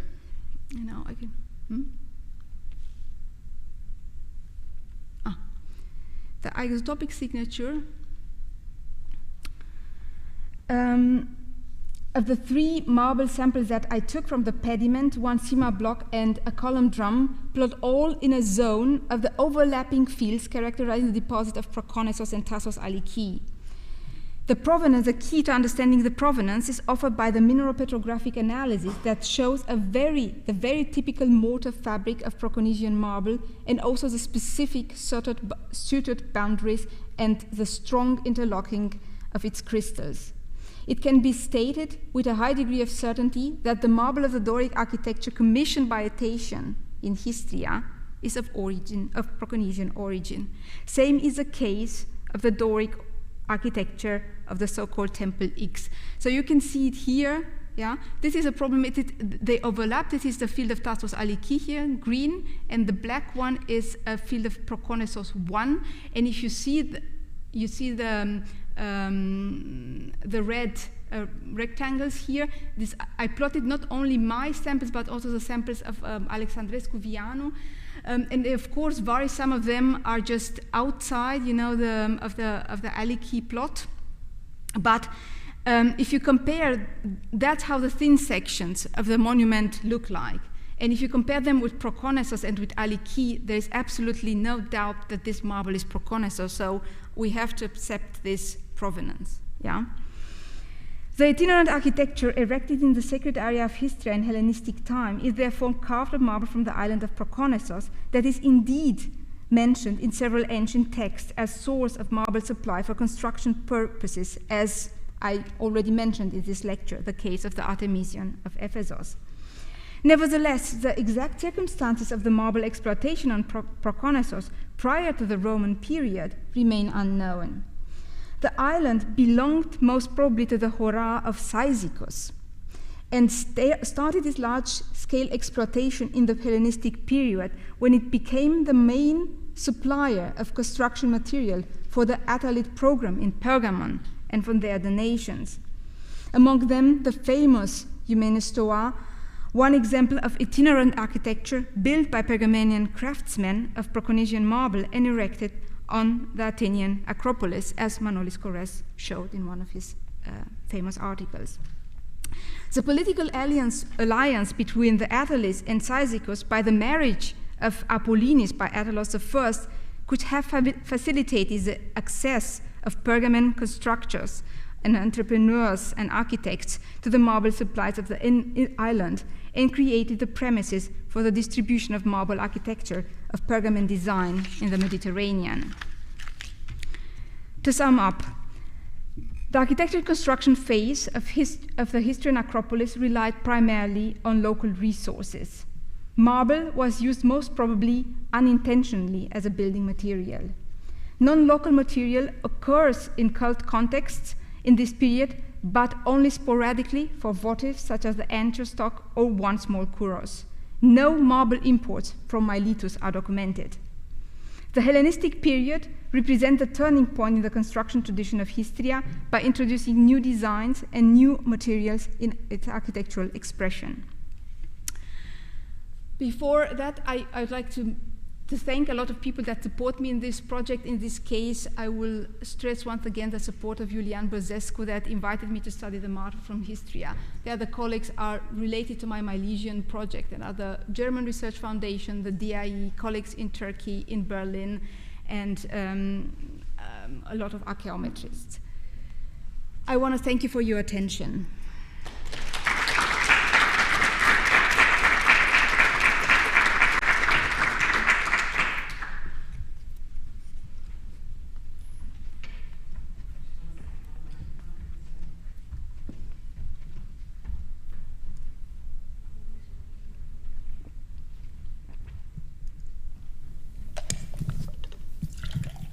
Thank you, Natalia. Great work. I want to ask you, just to make sure I understood well, the inscriptions you showed from Istria, they're made of local marble, or you accept Lorenzo's identification as here? It's not local marble. There is no marble in the region of Histria. There is only limestone. So this is a limestone, a dark gray limestone that probably comes from Chios. This is the so-called Bigio Antico, which is actually very popular in Roman time, and is also quarried both on Chios but also on Lesbos. Yeah, but the Lesbian one looks different. Okay, yeah? So this is imported marble. It's imported marble for Istria. Do you know if there is any work done on the reliefs? On the Istrian reliefs? Yes, there is the work of Maria Alexandrescu Vianu. There is a monograph. On analysis of marble, I mean. No, analysis of marble in Histria. No, there is no. There is this work. This is work of Maria Alexandrescu Vianu, the monograph. Yeah, and she worked with Pentia. Yeah, and there is a graph, and there is also a table with the marble identification. Okay. But you cannot always follow what is actually the reason for assigning a piece of marble to I don't know, Tassos or Proconnesos. But there's no analysis done. That's what I mean. It's only optical analysis. They took samples. They took samples. They analyzed the samples, but they didn't plot it the isotopic measurements. They plotted just. They published only a graph. Okay. All right. Thank you. Because the reliefs are also something to be tested, I guess. Yes, but you know, it's important. Yes, it's important. Of course, I've done so much marble provenancing, and I think I can tell you it's either Proconnesos, Paros, or Tassos. So, and it's mostly you recognize it because the point of it, we always think it's an economic. We always talk about marble trade and give to this distribution of lithic material. A commercial value, but it is actually what travels is the work of art. It's architecture or the architecture. It's not the marble per se, the material. This is a phenomenon. This is something that develops and develops through the time, and it's a Roman phenomenon, yeah, marble trading material per se for decorative purposes. Mm-hmm. But in the Greek period, everything is just part of commissions. It is a work of art or sculpture or relief or an architecture. So it's not the material that travels, yeah? You mean it's ready-made? It's already made and travels? If we take the example of the Eumeni Stoa, it was already done when traveled. Yes. Yeah. It depends, because in Histria, who should have carved the Theos Megas temple? It must be done at a certain degree. So it must be traveling architecture, itinerant architecture. Okay, so the reliefs are a different issue because they are probably done locally. I don't think that so. The reliefs were. Yes, of course, it's not impossible. It's not impossible if you are a skilled craftsman to transpose models from limestone to marble. It would not be impossible, but I don't think it is the common way. I think actually that maybe artisans traveled along with the marble and carve it on spot, but it's not just marble.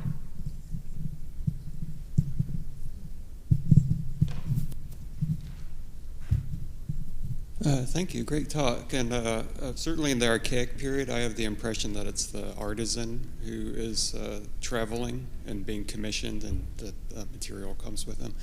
Just a small question. Has the Milesian signature been identified in other places besides the local examples?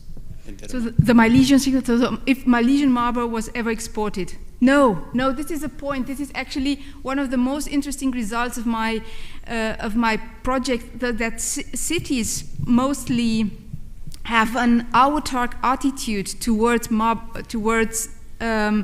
lithic resources. Yeah, so that they are looking for quarries that they exploit just in case that they need this material, and they first look in the surroundings within their own hora, and this is something very interesting that is actually stated by all inscriptions, and this inscription from Didyma are very important because they actually show that the Milesian paid that there are no expenses for the marble material, so it must come from their own hora. And Miletus actually did my idea with Histria was, because I had difficulties in understanding the marble of Miletus archaeometrically, I thought, let's go in a colony and see if the material, which is probably important, if there is some material from Miletus that could help me to understand what I have here better. But there is no single piece of exported Milesian marble at Histria. And otherwise, maybe if we have, like, I don't know, works of art, there are Milesian artisans, there are architects involved also in the construction of the Artemision. Yeah. Of course, maybe marble traveled, but not as such, and always part of a commission.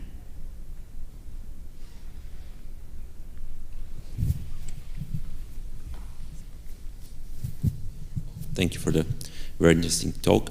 I would like to follow from this idea that marble travels with artists, and you mentioned the use of Thracian marble at Didyma due to insufficiency of local marble, and I was wondering, is it possible that Thracian was actually preferred because of its specific properties, because the artists, because the carvers were used to work with this marble?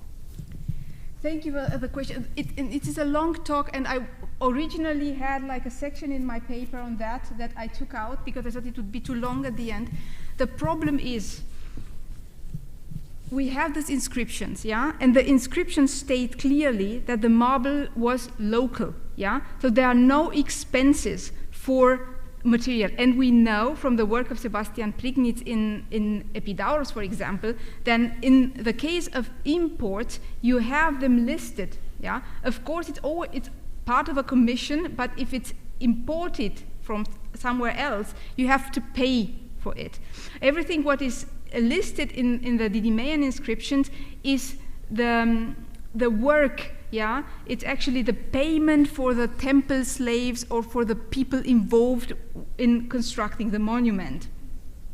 So this is the epigraphic part. The archaeometric part, if you visit Didyma, you will be surprised to see one particular marble called in jargon Zucker marble, so sugar marble, because it has really big crystals. And this is this marble here, and it's used for the portal of the temple.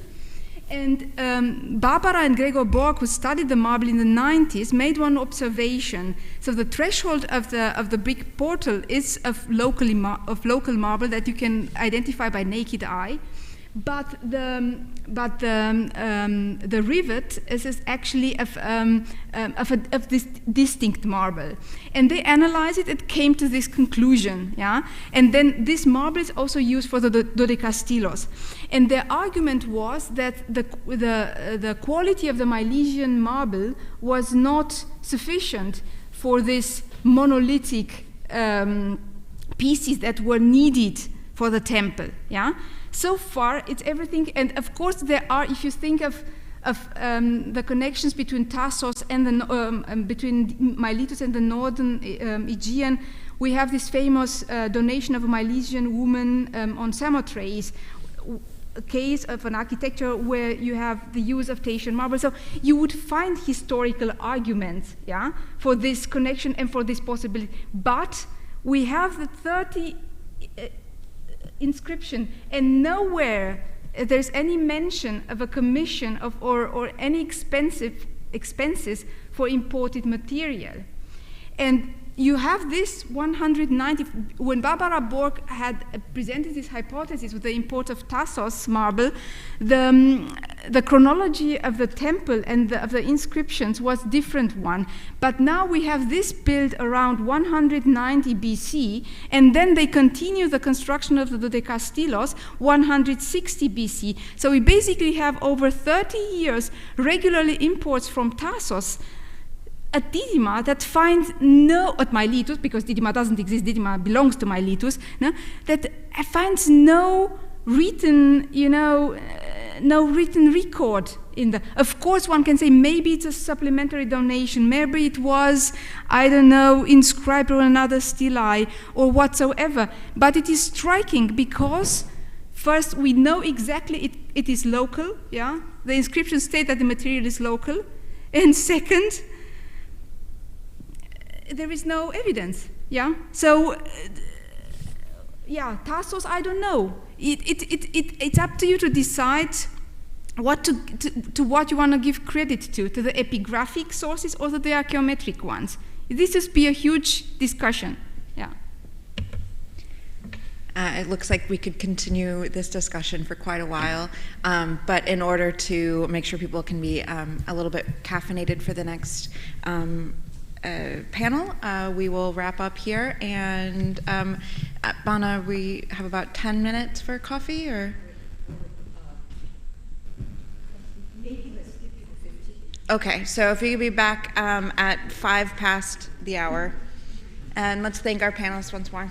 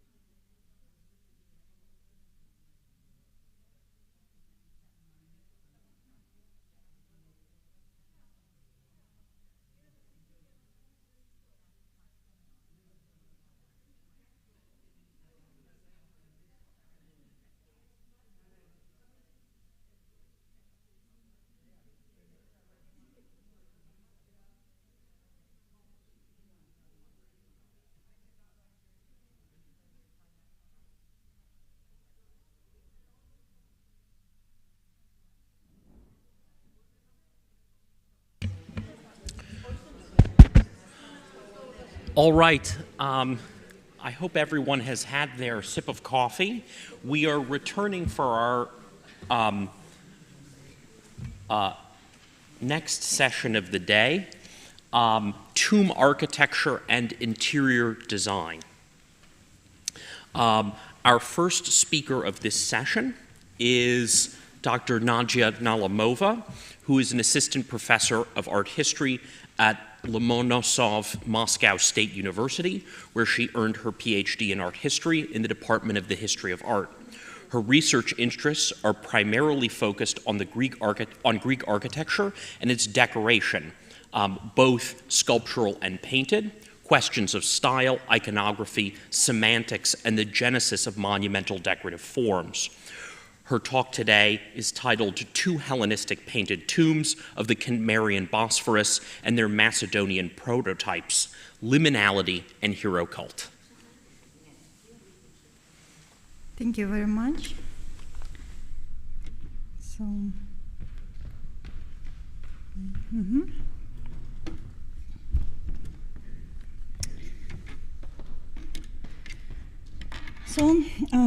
I am going to discuss Bosporan and Macedonian funeral painting in connection with a quite complex problem, the phenomenon of posthumous heroization in the Hellenistic era and its reflection in the funeral iconography. Heroic motifs could be integrated into the funeral architecture with the help of different instruments, one of which is, of course, painting. In particular, by means of illusionistic decoration, the chamber's interior could have been transformed into a kind of enclosure, referring to the heroic cult. This is the case for the two Bosporan tombs under discussion. Both of them were found in Taman Peninsula, thus in the Asian part of Cimmerian Bosporus. These are the tomb from the first or great barrow of Vasyurinskaya Gora, or Vasyurinskaya Mound, close to the east coast of the Taman Bay, and the sepulchre near Anapa, ancient Gargippia. The first barrow of Vasyurinskaya Gora was excavated in 1868-1872 by Waldemar von Tiesenhausen and Alexander Lutsenko. The watercolor drawings of the interior and also the plan and section of the tomb were made by Fyodor Gross at that time. The crypt was reopened for additional examination in June of 1907 by Vladislav Shkorpil and again in 1908. Thus, Professor Mikhail Rostovtsev had an opportunity to investigate the painting. At that stage, the watercolor drawings of the burial chamber were made by Mstislav Farmakovsky, the brother of famous archaeologist, as well as the black and white photos. Unfortunately, already in 1907, the state of the murals was quite poor, as Shkorpil testified. You can see his report on the screen. And already before the revolution, this tomb, one of the most valuable painted tombs of Bosporus, had completely perished. The second tomb was discovered by Nikolai Veselovsky in 1908, not far from Anapa, and it still exists. But this long-suffering tomb was dismantled and reassembled several times. What you see on the screen in the bottom is the latest reconstruction of 2018. But again, the wall paintings were completely lost during the early Soviet period. All that we have is black and white photos of the interiors and as well as the watercolor drawing of the wall from the burial chamber, again by Mstislav Farmakovsky. The most detailed description and analysis of these monuments belong to Mikhail Rostovtsev, who personally examined these murals.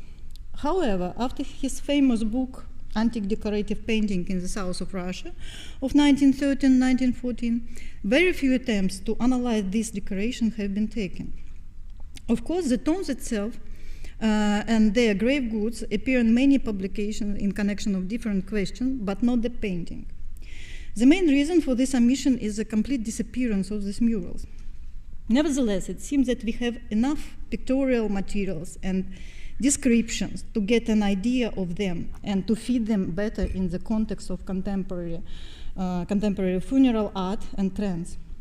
All available data the list you can see on the screen, allows us to make judgment about the architectural features of now lost Vasiurinskaya tomb, which is basically shared by the second sepulchre near Napa. The structure was deepened into the ground to the level of the vault. It was equipped with a stepped dromos destroyed between the time of the tomb's discovery and the subsequent reopening in 1907. The tomb itself consists of two rooms, the antechamber and burial chamber, both covered with a barrel vault. Both entrances had no doors, and they were just blocked with a stone slab, with the stone blocks. Thus, as we see, the architectural feature of this tomb basically coincides with so-called Macedonian type. And we have other examples of such tombs on Bosporus, most of them on Asian side, and including the Sindica region. According to Elena Savostina, who explored this issue, 25 crypts with the barrel vaults in total are known on Bosporus.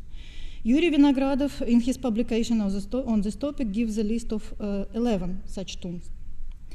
Distinguishing this typological line, he declares its appearance in Bosporus at the end of the 4th and beginning of the 3rd centuries BC, and defines the first Vasiurinskaya tomb as one of the earliest examples. This complex question about the origin of the vaulted tombs in the Bosporus has already been discussed briefly by Roman Stoyanov and Philip Saperstein yesterday, and this is not, of course, my topic, but I'll try to show that painted decoration and architectural features rather point to Macedonia and Thrace as a source of inspiration. In Russian scientific literature, the term Macedonian type is not commonly used in connection with the Bosporan tombs. This is one of the reasons, probably, for the certain terminological confusion which Vinogradov rightly notes. For example, the antechamber of the first Vasiurinskaya tomb is sometimes incorrectly called a corridor of Tarastovtsov, or even dromos, which is, of course, wrong. This mistake also penetrated into the foreign literature.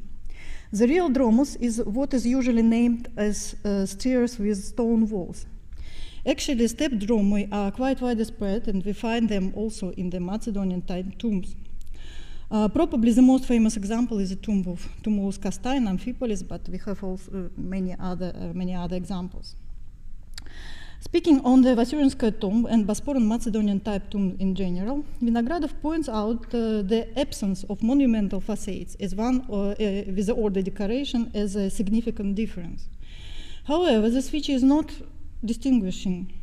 Macedonian type tombs with simple undecorated facades which reveal the structure of the vault are well attested, and this is a common feature even for significant tombs with interior decoration, such as, for example, Tomb B in Korenos. So the only striking local feature of the Vasiurinskaya tomb is the stone boxes on two sides of the dromos, where 4 horse burials were found, and this feature should have been of Scythian or Sindemiotian origin. Both the antechamber and burial chamber were decorated. As we see, they demonstrate the unity of the pictorial system. The decoration of the antechamber is known only in the drawing made by Gross, which Rostovtsev considered to be inaccurate. Indeed, these watercolors give a kind of artistic reconstruction rather than exact reproduction of the mural state, and the inaccuracies, at least in scale rations, are obvious here. The later drawings by Formakovsky are much more precise, but by this time the antechamber had already been destroyed. As we know, the decoration was completely painted without any plastic modeling or three-dimensional details except niches. Niches are real, as it is seen in the photo.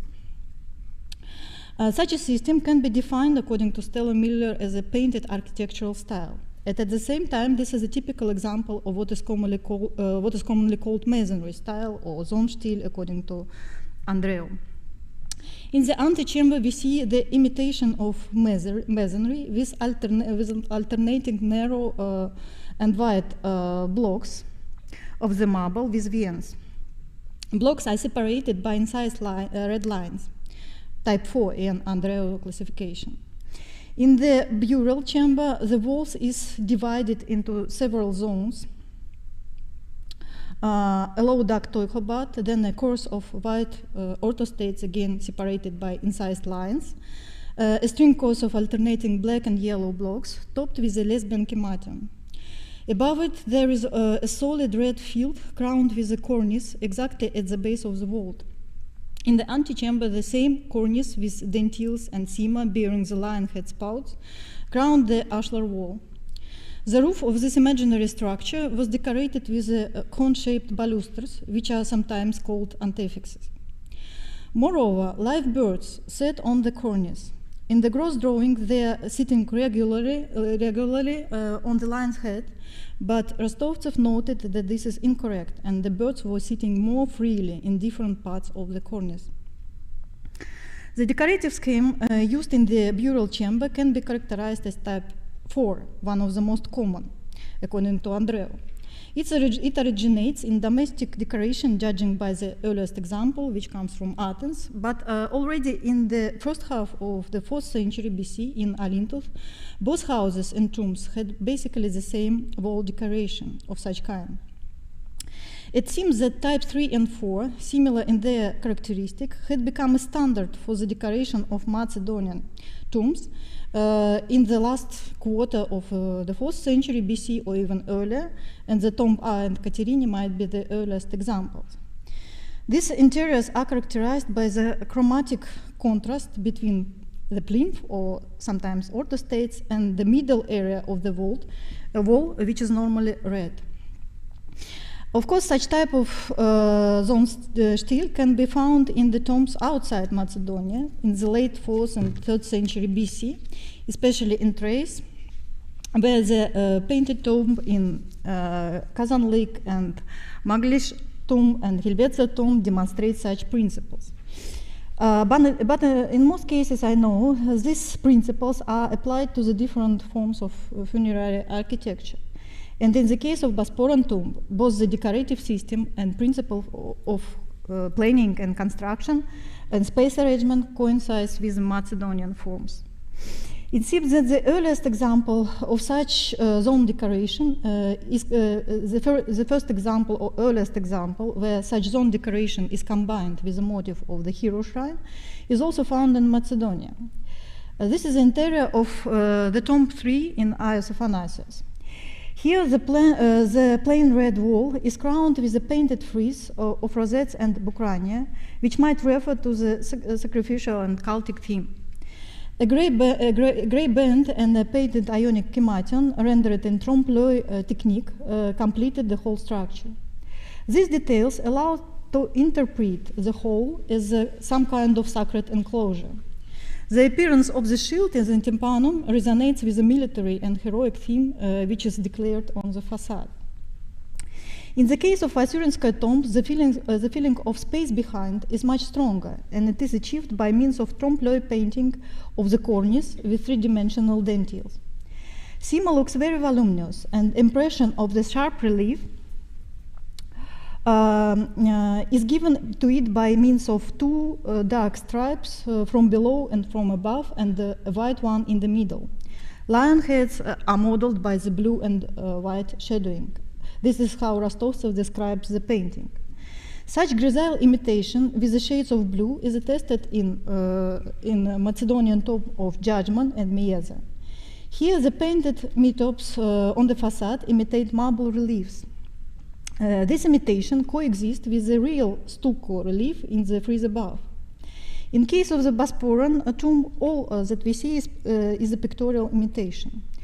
Such an illusionism without any modeling can be attributed to the same trend as the decoration of the later tomb of Lyson and Callicles in Mieza, which also imitates a certain structure resembling a pavilion. As in the Bosporan, as in the Bosporan tomb, some objects, the weaponry, are placed on the cornice. And there is another feature common to both these interiors, the neutral background, which creates some special ambiguity. The space behind the wall and between the pillars does not differ from the color of the walls itself. Actually, the cornice in Bosporan tomb looks like a trompe-l'oeil replacement of stucco cornices similar to those we find in Macedonian tombs.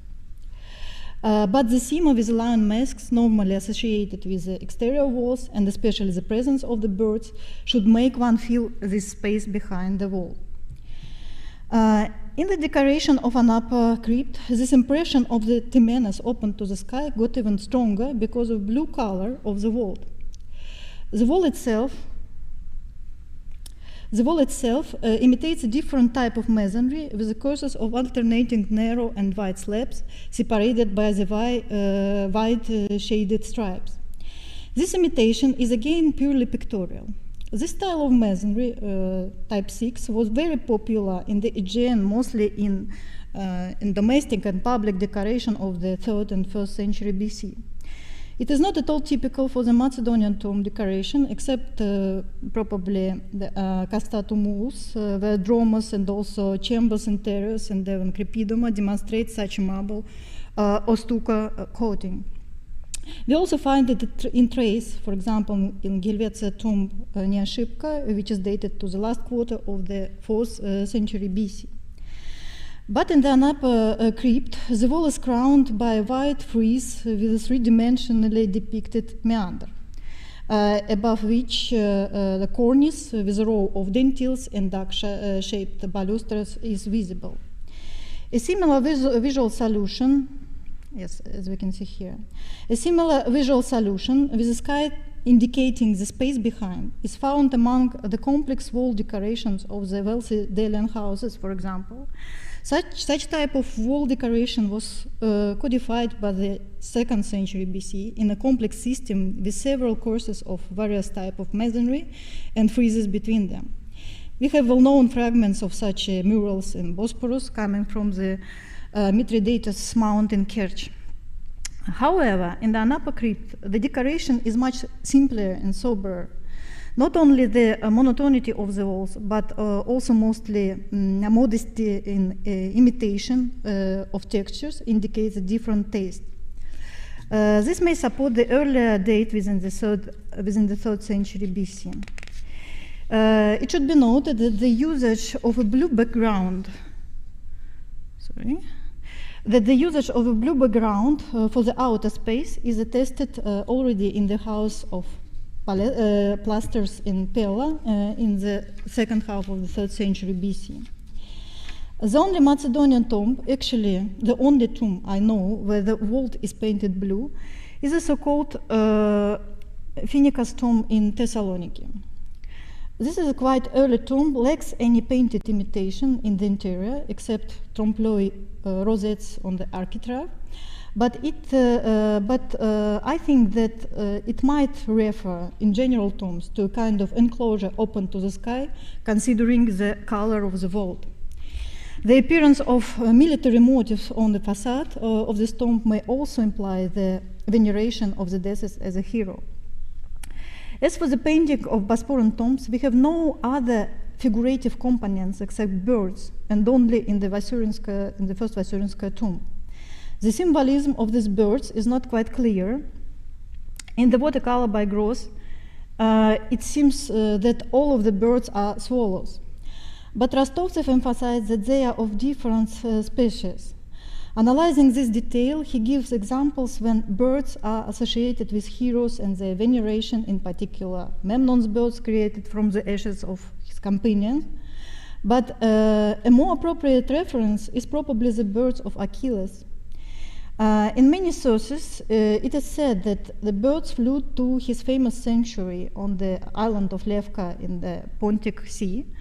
Some authors suggest that they should be white birds and associate them with seagulls. But for example, Ariane says that the birds were of different kinds and they took care of the temple of Achilles and cleansed it with their wings.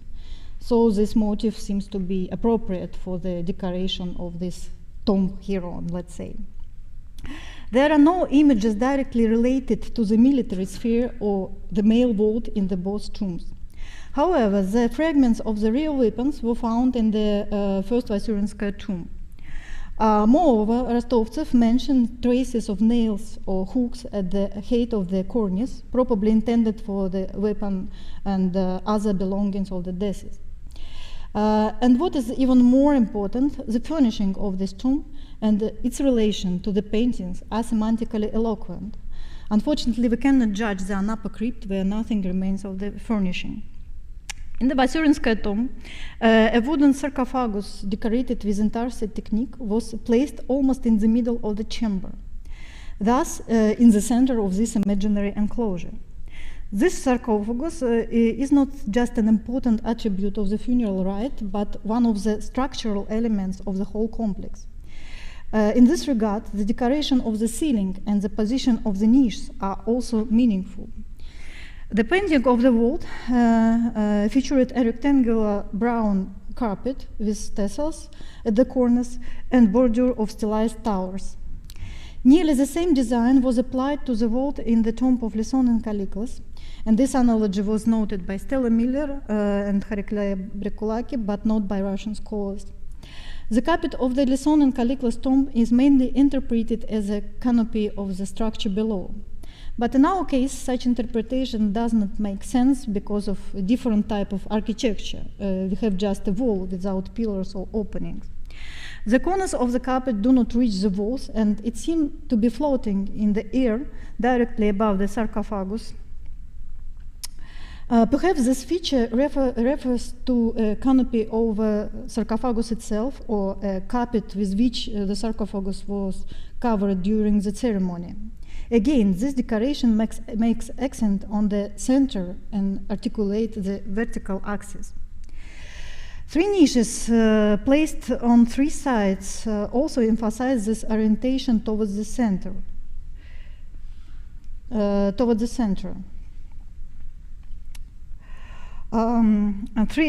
This feature seems to be unusual for Bosporan tombs, and I know just one similar example, also in the Macedonian type tomb. And it is also atypical for Macedonia. Niches in the tomb of Lyson and Kalliklas were simple locally, intended for urns with ashes. This is not the same in the Vasurinskaya tomb. Actually, the niches and openings with such frames were widespread in domestic and public architecture, and they could have been borrowed from anywhere or emerged independently.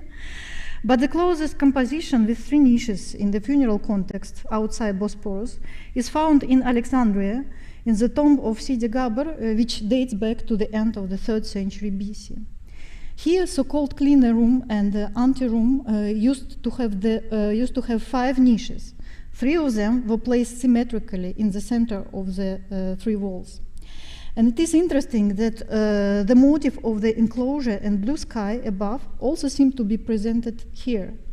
Moreover, the images of the birds sitting on the cornices or garlands are also familiar from the 3rd century Alexandrian tombs. Actually, we have many evidences of contacts between Bosporus and Ptolemaic Egypt at this time, so we should not completely rule out the possibility of direct influences from Egypt. Susan Bennett interprets these niches in Sidi Gabor tomb as false windows, but I'm not sure that this is appropriate for the Vasurinskaya tomb. Perhaps here the niches were intended for the offerings.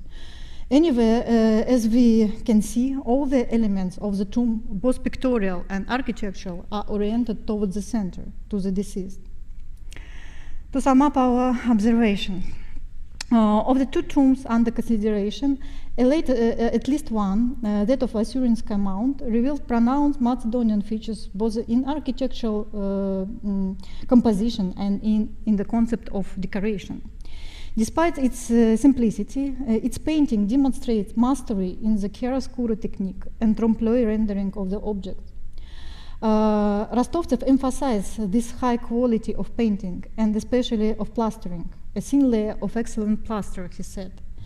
This is also typical for the most important Macedonian tombs, but it is far from being so common among the Hellenistic painted tombs in Bosporus. The concept of interior decoration transformed into the hero shrine also seems to originate in Macedonia, as evidenced by the tomb 3 Naios of Anasius and probably Phoenicius tomb. But Bosporan murals probably fit better into the trend of fully painted architectural decoration, which was developed in the second half of the 3rd century BC. Practically in all publication, the first Vasiurinskaya tomb is dated to the beginning of the 3rd century or even the end of the 4th century BC, and this opinion goes back to Rostovtsev. Rostovtsev himself relied on his proposed dating for the pyxis found in the tomb. Later, this pyxis was dated to the mid-3rd century BC by Zoe Kotitsa. It is worth noting that apart from the great or first Tumulus, there was another important burial on the Vasiurinskaya Mount, the so-called Middle Tumulus, with the unpainted Macedonian type tomb inside. In this burial, a lot of evidence of cult was also found. The fragments of an altar, marble tables, and fragments of statues, including a colossal one. From the host burial of this tomb, the fragments of a chariot and harness come. Recently, Mikhail Trester suggested the dating of the late 3rd or even early 2nd century BC for all complex. It seems plausible that the tombs of the greater and middle Vasiurinskaya tumuli could not differ much in dating. And it is hardly possible that one tomb was created at the beginning of the 3rd century and the second one at the end. Therefore, it seems appropriate to move the dating of the painted Vasiurinskaya tomb to the second half of the 3rd century, perhaps even closer to the end. It is more difficult to judge the Anapa crypt due to the lack of findings, but the painted decoration also speaks in favor of late 3rd or even early 2nd century BC. It does not mean, however, that the tombs of Macedonian type couldn't have appeared in Bosporus earlier. The ways of penetration of these forms pose a separate problem, but perhaps it was a path through Thrace, and we probably should keep in mind the painted tomb in Calatis, as well as the smaller undecorated tombs of this region, which look similar to the Anapa sepulchre. And the well-known testimony of Diodorus about the resettlement of the Calatians, 1,000 Calatians to Bosporus at the very end of the 4th century BC, perhaps also matters because it could mean the relocation of craftsmen and building practices. Thank you very much. If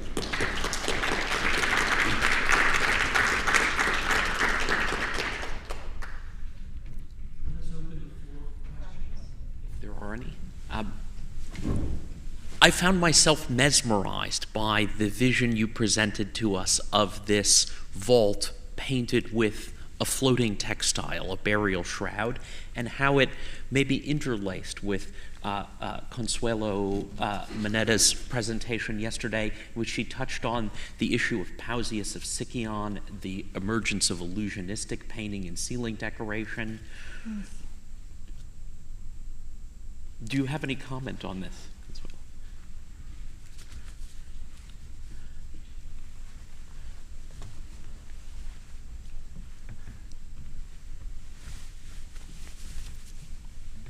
First of all, I wanted just to congratulate with you, Nadia, because bringing out this document, that it's so difficult for people who are dealing with this document to have such a documentation. So thank you, and please go on with that. I think it will be absolutely interesting to, and of course, again, I'm very interested in this. I knew the painting, of course, and there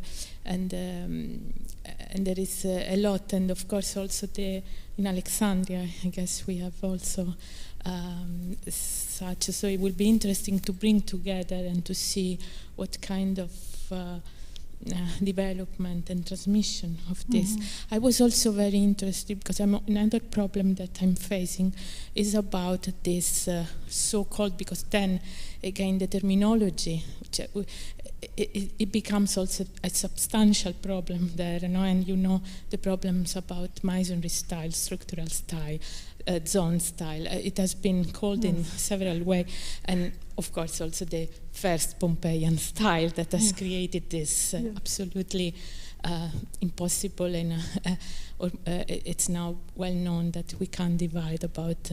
But there is still this difference between an Easter masonry style or that has been called international style. And I don't know if you know also the present book, quite interesting, about from Thomas Lappi, about the what he called the first style. So trying to go, and this is my question also about, I think what you are showing here is that the chronology of the tomb changed, no, radically from what it was, and the same is happening with us in Thrace. So I think also the Andreu important work on the Greek decoration needs to be now, updated with all the data that we have, and maybe a new kind of approach towards the masonry style. So I think there is a lot of room for collaboration. Yeah. So thank you so much. I agree with absolutely. Yes. Thank you for this comment. I agree that. This Andreu classification, I just use it. Okay, it doesn't give much, and probably the dating is controversial. And as for Bosporan tombs, there are a lot of mistakes in her book because it is confused. The two tombs are confused in the styles of it, and of course, yes. Okay. Very much. Thank you. Thank you very much, Nadia, and congratulations for updating the information and the date. I would like to ask about the blue. How did they make this blue? And can this say something about the connections and so? Thinking of they make what? The blue color. With what pigment? Actually, you mean for Bosporan tombs? Yes. It's impossible to say it because it doesn't exist, and we have no analysis of this color it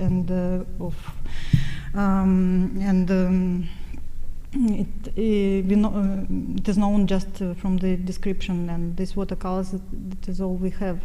But when we compare with this Phoenicus tomb, it seems that the color is very close. So it's made of black and mixed with white, as far as I know. So it's probably something like that, but it's difficult to say about the origin of these pigments or something like that. It's impossible to. We do not have such data. Natalia, great tomb. Do you have a picture of the offerings inside the tomb, whatever was found inside? Yes, and can you tell whether we are towards the Greek world or towards the Egyptian world? Actually, inside we have a lot of things, and I didn't put it in the presentation because just to make it shorter a bit. So but it's very interesting that we have a table, marble table, which still exists. It survived. It is kept in Kerch Museum, and sorry, which was found inside the tomb or inside the tomb, inside Vasurinska tomb, just in front of sarcophagus, as Rostovtsov described it, and on the surface of the tomb there were imprints of precious vessels. Of around 20 in total, of different diameters. So this table was intended for, I don't know, for demonstrating or for these precious vessels, and it has a rim around the board, and the kind of channel on the side. So it seems that it was intended for libations or something like that, and it's really very interesting, and we have weapons and nothing from Egypt actually in this tomb, and this sarcophagus, parts of which also exists, this wooden sarcophagus, and ceramics and you mentioned that the niches are for offerings, possibly. Niches, actually, I don't know. We don't know for what? Just empty niches, but it was just one burial inside, they said, and it wasn't, they were not intended for burial. Yes, for burials. So probably it's some of decoration, just decoration as look like windows or something, but probably for offerings. And I know just one other tomb on the European part of Bosporus with nearly the same arrangement of the niches, 3 niches also, and but the sarcophagus is standing close to the wall. It's not in the center, so it's a bit different composition, but the niches exist. Thank you. Thank you. Thank you very much, Nadezha. Thank you.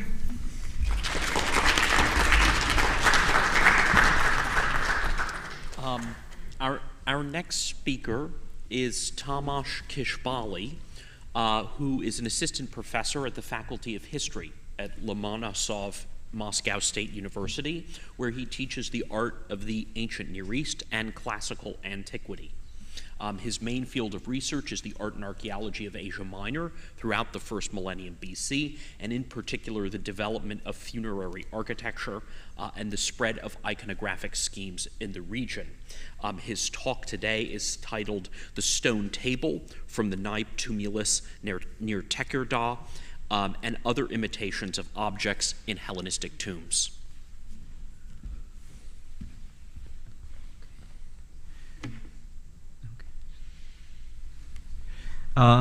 Dear colleagues, at first I would also like to thank Bona and her team for organizing this event and for inviting us, and it means a lot actually to be able to come here and to participate and to finally meet all of you.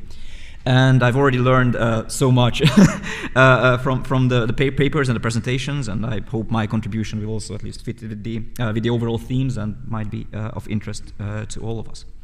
So the Naip Tumulus is notable for its rich grave goods and the marble furniture that was found there. The tomb chamber held a cline, a footstool, 2 diffroi, and a table. And each of these objects is a close imitation of wooden prototypes, which followed, of course, a popular trend in the furnishing of Hellenistic tombs, alluding to the world of symposia and funerary banquets. The Naip table, however, goes sort of a step further and sort of sets in stone the layout of the plates and the cups as well. Nadezha just mentioned that table that had the sort of just the imprints from the metal vessels. Well, here they are set in stone. Well, this feature is nearly exceptional in the corpus of Hellenistic petrified furniture. So this is this intriguing piece that I would like to concentrate on today. And I aim to analyze its compositional features as an object of sculpture, and also the semantic potential of such a setup. And of particular interest is the way vessels, or combinations of vessels and furniture, are integrated into or depicted in specific zones of these tombs. So let me briefly set the scene. The Naip Tumulus is a late 4th, early 3rd century BC burial in southeastern Thrace, near modern Tekirdağ. It was excavated in 1984-85, and the results were published finally by Inci Dalaman first in her comprehensive 2004 book in Turkish, and followed by an English language article in the American Journal of Archaeology. And in these publications, she gave a full report on the tomb's architecture and inventory, its possible chronology, with dating it to the last 2 decades of the 4th century BC, and also based on various factors, including a name inscribed on a silver jug.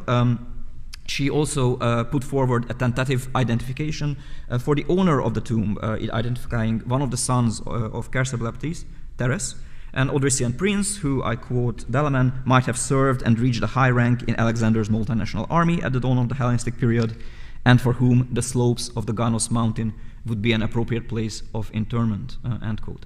And there's also some more recent scholarship building upon Dalaman's monograph, with some people who are sitting here today also approaching it, considering various elements and details. So overall there's this tendency to slightly lower the proposed date to the last decades of the 4th, beginning of the 3rd centuries, based on reviewed evidence of the Thracian amphora stamps and other features like the morphology of the vessels and furniture, which also might be slightly younger, Stoyanov re-examined the aforementioned silver jug. Daniela Grudeva considered the Clini and the Difros, and Daniela Stoyanova the marble door slab, for example. So the tumulus is located some 5 kilometers from the shore. And also, of course, we always suspect that these tumuli were perceived as important landscape monuments. So they had to be built in relation to other significant points. However, we do not yet know enough about this region to be able to understand this, but it could have been connected to, for example, a road. We learned about the importance of roads already today, something going from the shore towards maybe Apri. And on the other hand, the nearby Mount Ganos here to the southwest was a sacred site attested in ancient sources, but however, this is still something that has to be studied.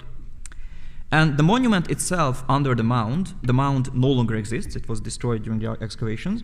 The monument consisted of a long dromos with stairs leading down to a single chamber. They were divided by a marble door slab.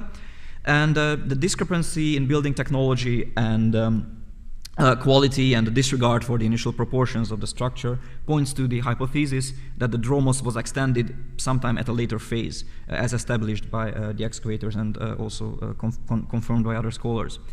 And it's also worth noting here that this strange portal slab is also in part an imitation of a double-leaf door, aspiring perhaps to a more monumental appearance.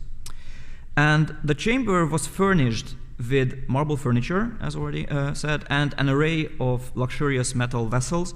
The banqueting set of silver was found in situ, set up as if sort of awaiting guests, on top of the places marked with relief depictions of similar, yet not identical plates and bowls. So I will now just remove these objects and examine first this sculpted marble tabletop.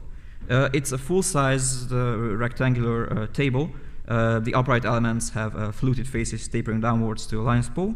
And of course, this is a feature that finds parallels with other early Hellenistic stone tables as well. However, the carved tabletop is a unique feature. The vessels are carved in low relief, but stand out sharply against the smooth surface level. Their shapes received only a summary treatment. Profiles are mostly ignored, but there are some details. For example, the impressions in the sort of a fish plate type depictions. And overall, their layout and composition feels very intentional. It is based on 2 axes of symmetry that coincide with the axis of the rectangular base shape of the table. One axis passes through the 2 fish plates marked with A and the 2 bowls B, while there's a third fish plate placed off axis, but adjacent to it, like right on it, almost right on it.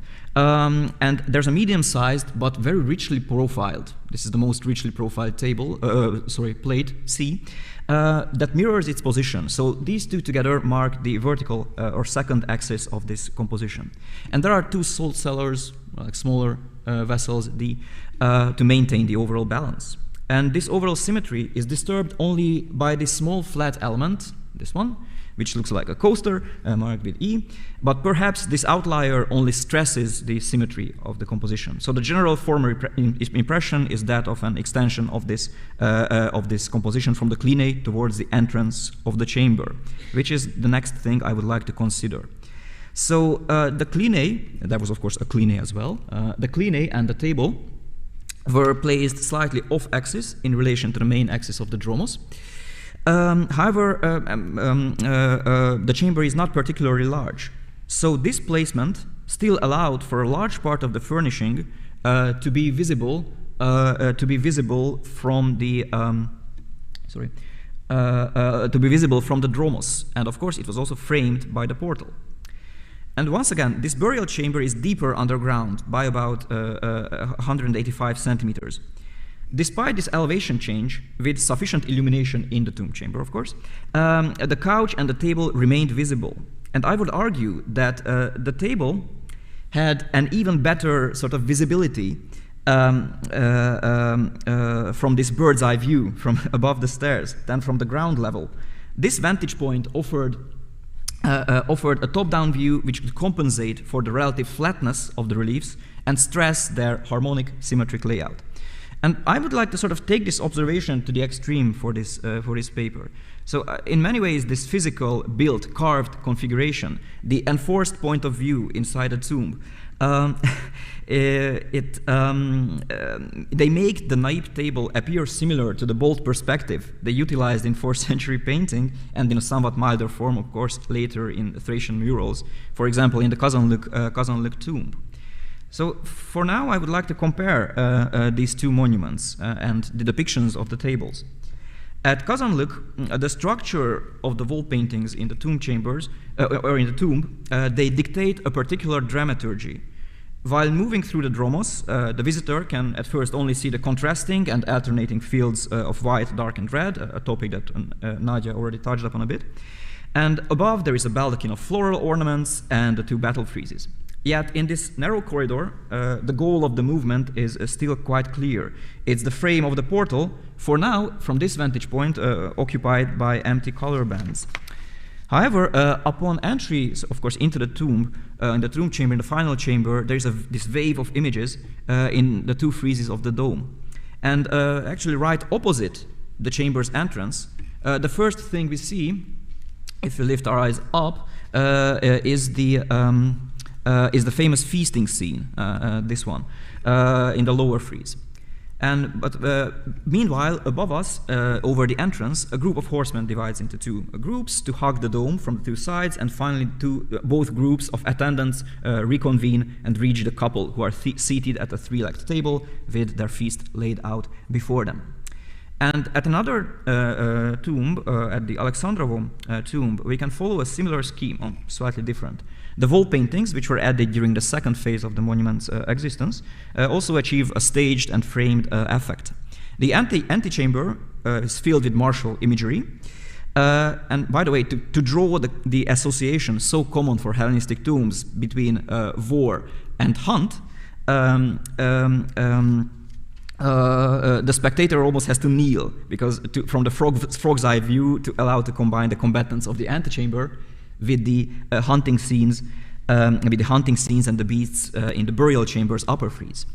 But in a more natural, let's say, standing position, although the chamber is not very big, we see a different, more peaceful scene, a feast or offering scene with numerous attendants and objects.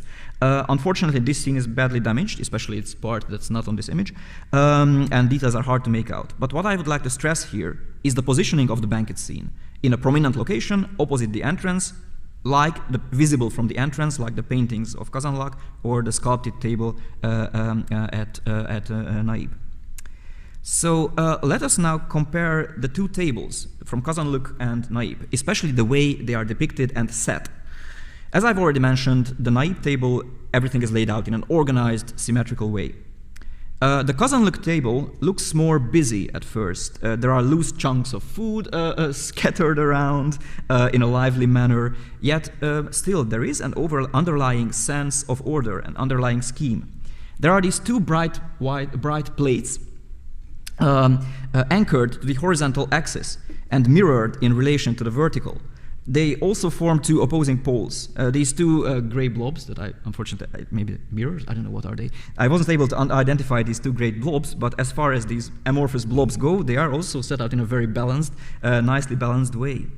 And to drive this home and to really show you the symmetric compositions of these things, I think it's interesting to contrast it to a very different approach in ancient painting from a different time, or ancient pictorial culture, to contrast it with the erudite and playful wit of the Asaratosoikos compositions in Hellenistic and Roman, of this Hellenistic and Roman mosaic type. And also, by the way, similarly, the other, let's say, still life elements in the Kazanlık murals, they seek the balance between hierarchical legibility and naturalistic illusionary persuasion.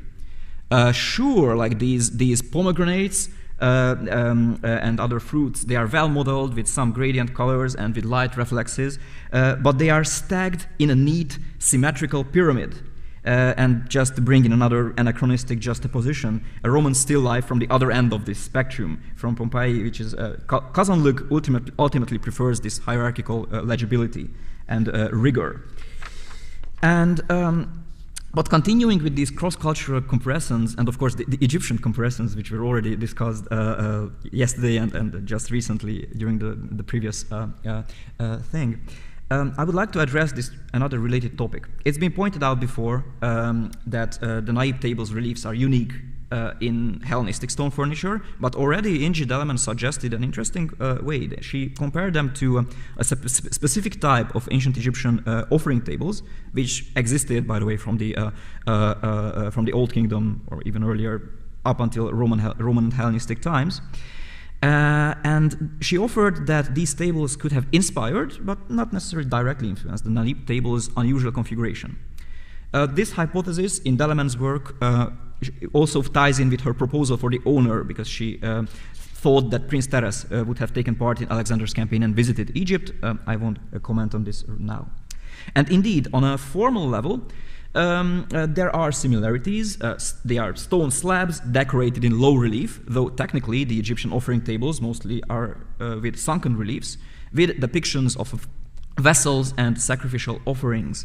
And in both examples, the compositions tend to be strictly symmetric, oftentimes doubling up on the same image on both sides. Yet overall, I feel that the Naip table is unique in its configuration, but the underlying concept is very much in keeping with the Thraco-Macedonian, Hellenistic, Elite practices.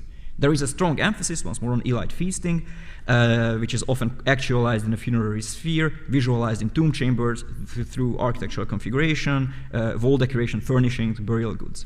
And in the end, the idea behind the Naip table is quite simple. Something removable, perishable almost, yeah, is fixed in place, made monolithic. So I think there will be more about this in the next presentation. So, but this is a similar phenomenon to, for example, the pillows and the draperies that appear fixed and petrified on burial couches.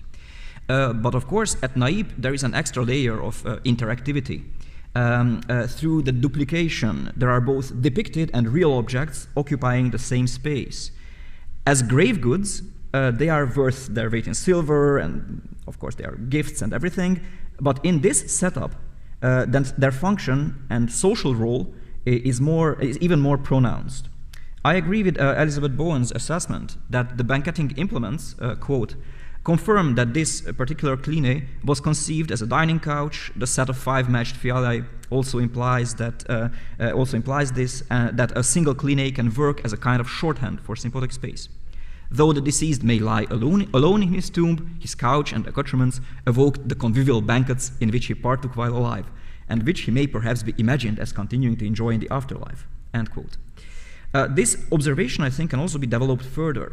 The reclining or enthroned central figure, the owner of the tomb, receives gifts, libations, but feasts are, of course, often reciprocal. And we know that there are some ancient accounts on Thracian and related feasts. They are limited and biased, of course. I won't go deeply into it, like the description of the feasts of Seuthes or Dromihetes. Yet they can still at least reflect real banqueting practices. The host, who not only receives but also distributes goods and gifts, organizes the events, sets the table, literally and symbolically, and of course, in the case of the Naip table, eternally. But before I conclude, I would like to take a very quick look at some other examples of vessels and furniture integrated into tombs from some other regions. One of my favorite monuments ever is the so-called Tomb of Alcaetus in southern Asia Minor, in ancient Termessos. A complex which is a microcosmos cut into rock. There is a heroic rider, armaments, burial couch, baldachin. By the way, we talked about baldachins in the previous session, or previous paper. And there is a cluster of vessels here. There is a cluster of vessels and a 3-legged stool, very badly visible. This is the stool. Here's the reconstruction from Pekridu's book. So yeah, there's this cluster. They are very weathered, but they are impressive imitations of luxury thoracics, and large vessels which were actual basins, and one can assume that they played an important role in cleansing rituals or libations, because their placement is conspicuous. they are at the threshold of this grotto-like chamber. And this can be compared to the visual and compositional role of, for example, Kilikeon, that stood on the painted frieze of the Agios Athanasios tomb. Like right here, dividing the various parts of the work composition. And one can also recall the depicted Periantherion in the tomb of Lyson and Callicles. So these are some other examples of such dividing and importantly placed depictions of furniture and vessels. But in conclusion, I can also say that the Naip table is not simply just like a transitionary or framing element here. It's a focal point in the space of the tomb, on par with the Clinae. It exalted the owner of the tomb as a host who receives and grants honors, and the visualized banquet was easily transformed into the funerary feast and the honorific ritual. And the silver vessels, which might have been looted or misplaced, I think they were well aware of this possibility, but their order, their set in which they are laid out on the table, is encoded into the table's composition. Once more, we see that we see not just imitation, but also like this sort of immortalization and the embodiment of ideas, maybe social order, maybe family relationships into the furniture that stood in the tomb chamber. Thank you for your attention.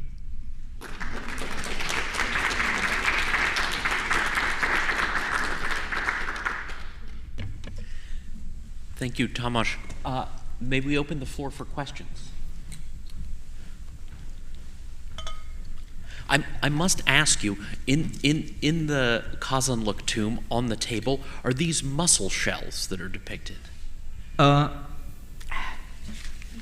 Let's take a look. I'm maybe taken back to a fabulous meal we had in Sodzapol together. I don't know. I'm pretty sure I didn't have enough time to really delve into the iconography of the Kazanluk tomb, but maybe somebody knows the exact. I think they might be, but I don't know much about Thracian cuisine. Maybe somebody can attest to this. A question from Brendan in the back.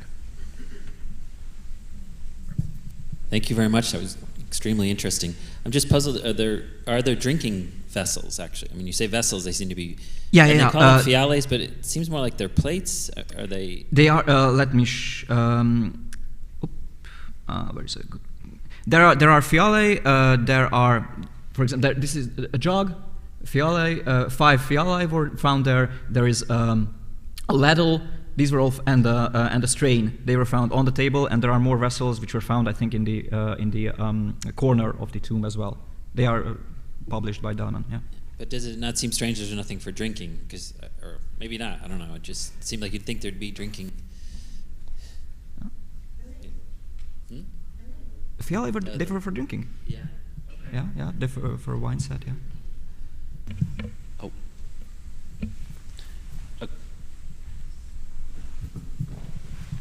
Thank you. Very interesting indeed. It's also a very strange tomb, unusual one. I know it's interpreted as the burial of an Thracian aristocrat, and we have the name Thrace, who's very well attested to Grecian name. But again, I think that it's just an idea. I mean, it's more, looks to me more Macedonian. I mean, the choice of architecture is very unusual for an Grecian aristocrat first. Then it's interesting what Brandon just mentioned, the drinking shape, and to expand these plates. These are clearly plates, shapes for eating. That's very unusual for a Thracian burial. I mean, shapes for drinking, pouring liquids, yes, but plates and bowls, that's very rare inside Thracian tombs. Which is different type of feasting. Just an idea. Yeah, and there's another thing that I'd like to also consider, because the relief, the implements that are made in relief, I used the Dalman's identifications for them. The fish plate really looks like the fish plate, but the others, I think they are more abstracted. They might be something like just projected onto the on like stands or something like projected onto the surface of the table.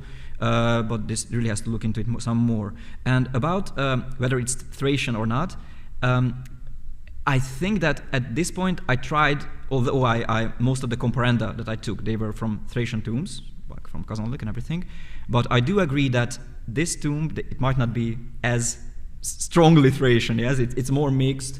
It's more Hellenized, more, I don't know. So maybe it's not useful to label it right away as Thracian, but just keep the options open. Yeah. So yeah, and we also discussed this inscription. I think yesterday we discussed during lunch the inscription of Thrace, which might not be the tomb owner. It might be the original owner of the vessel or somebody who gifted it. So there might have been a much more complex interplay between the local aristocrats. Yeah, thank you. The explanation that the guy served in the Macedonian army says it's a good explanation. Yeah, I mean, I'm not against the explanation offered by Dalman. I mean, it's a good version.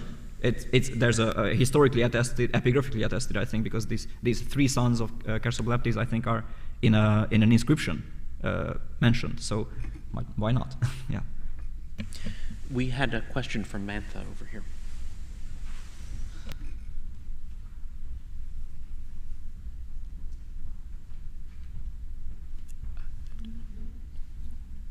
Behind you. Thank you so much for this analysis. I really liked, what you're doing in terms of the visibility of the table and the comparanda that you brought in.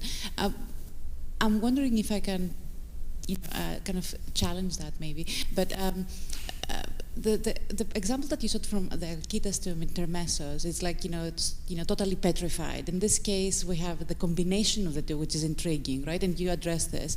I'm wondering, is there a more mundane, explanation that the person who made the table wanted to make sure that the person who places the objects will actually follow that direct placement, this sort of between making and actual display of the objects, is there is an intention in that this is just a thought, maybe there is a practical explanation. I thought maybe, but it's not that I don't agree with your beautiful analysis. But I'm just wondering, there is another way of thinking about it. Yeah. Yeah. Actually, I agree with you, but with the little shift of tone that of course it's a mundane and practical explanation for a very strict reason. I think this is very hypothetical, but I think the table is set in a specific way for demonstration, of course, as well. But it's also it might have to do something with the number of vessels might have been significant. This is just clearly just like a flight of fancy, but maybe he had 3 sons, maybe he had something like that, or maybe he had 3 comrades back from Alexander's army who he wanted to say that, okay, so this is my table, I sit here sits Thrace, here sits Selthus, somebody, yeah. So it might have been a reason to do it like this, because if they just wanted to tell I was having these stupid jokes about the East Thracian catering company who set the table for the feast. If they just wanted to show them, okay, put the main plate here, then the vessel, then the jug here.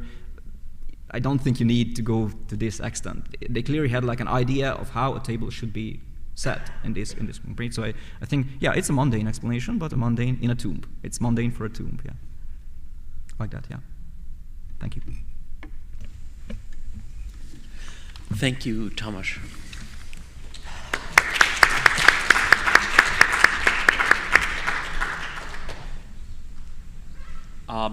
Our final paper of this session will be jointly presented by Dimitra Adrianou, Consuelo Mineta, and Daniela Stoyanova. Dimitra Adrianou is a senior researcher at the National Hellenic Research Foundation at Athens. She graduated from the Department of Archaeology and Art History at the University of Athens and continued her graduate studies as a Fulbright Fellow at the University of Pennsylvania and at Bryn Mawr College. She was a research assistant at the Institute for the Study of Aegean Prehistory and a museum intern at the University of Pennsylvania Museum in Philadelphia. She has received fellowships from the American Research Institute in Turkey, the American School of Classical Studies at Athens, the Fulbright Foundation, and the A.G. Leventis Foundation. Daniela Stoyanova is an assistant professor in the Faculty of History in the Department of Archaeology at Sophia University. Her primary research interests center on the architecture of ancient Thrace and the Greek colonies of the western coast of the Black Sea. Their talk today is titled Furniture and Furnishings in Macedonian and Thracian Funerary Contexts, an Integrated Analysis of Material and Visual Evidence. Okay, thank you, Sam. And it's my turn to thank Professor Bona Westcott for directing the Getty Travel Seminar and organizing this symposium. Thank you very much, Bona.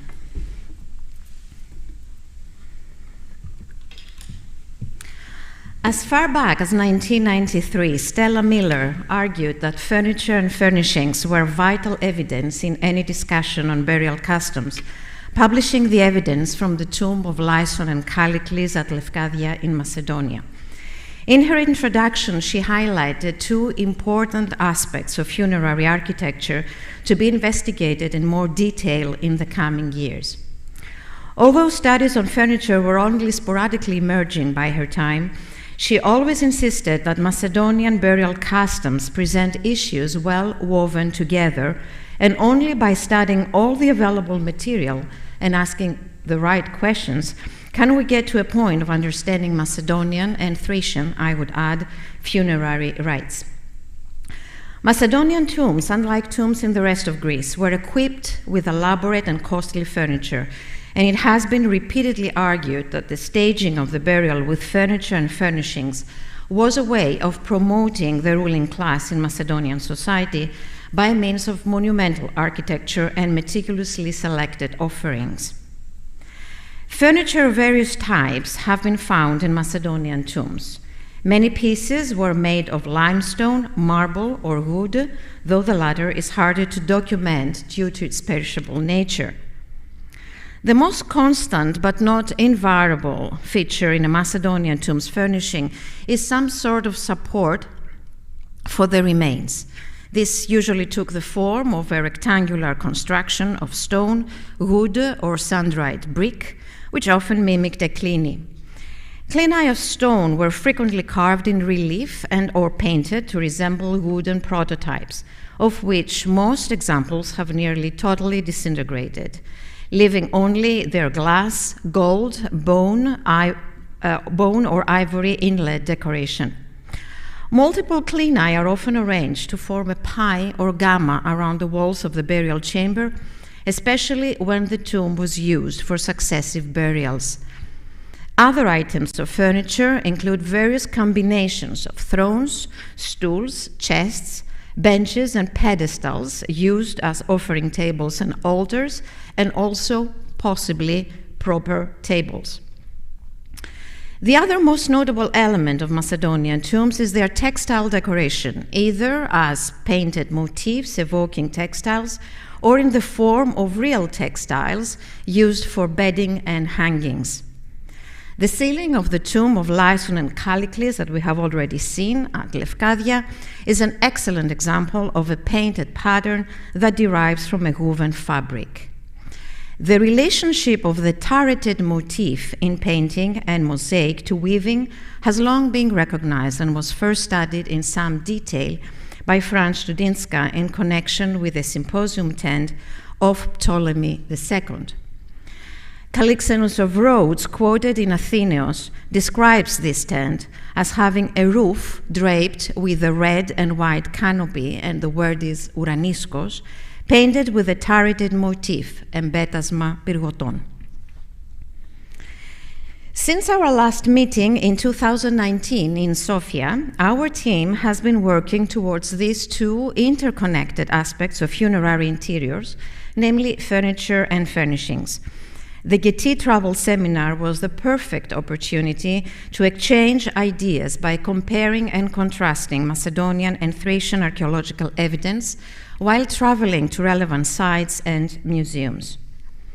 Consuelo Manetta, Daniela Stoyanova, and I initially joined forces during the 25th annual meeting of the European Association of Archaeologists in Bern in September 2019. In the session organized by Jeffrey Killen and myself, entitled Furnished Interiors in the Ancient Mediterranean and Egypt, Daniela and Consuelo discussed the types of funerary furniture encountered in ancient Thrace, and I presented a paper on furniture display in Hellenistic and early Roman funerary banquet reliefs.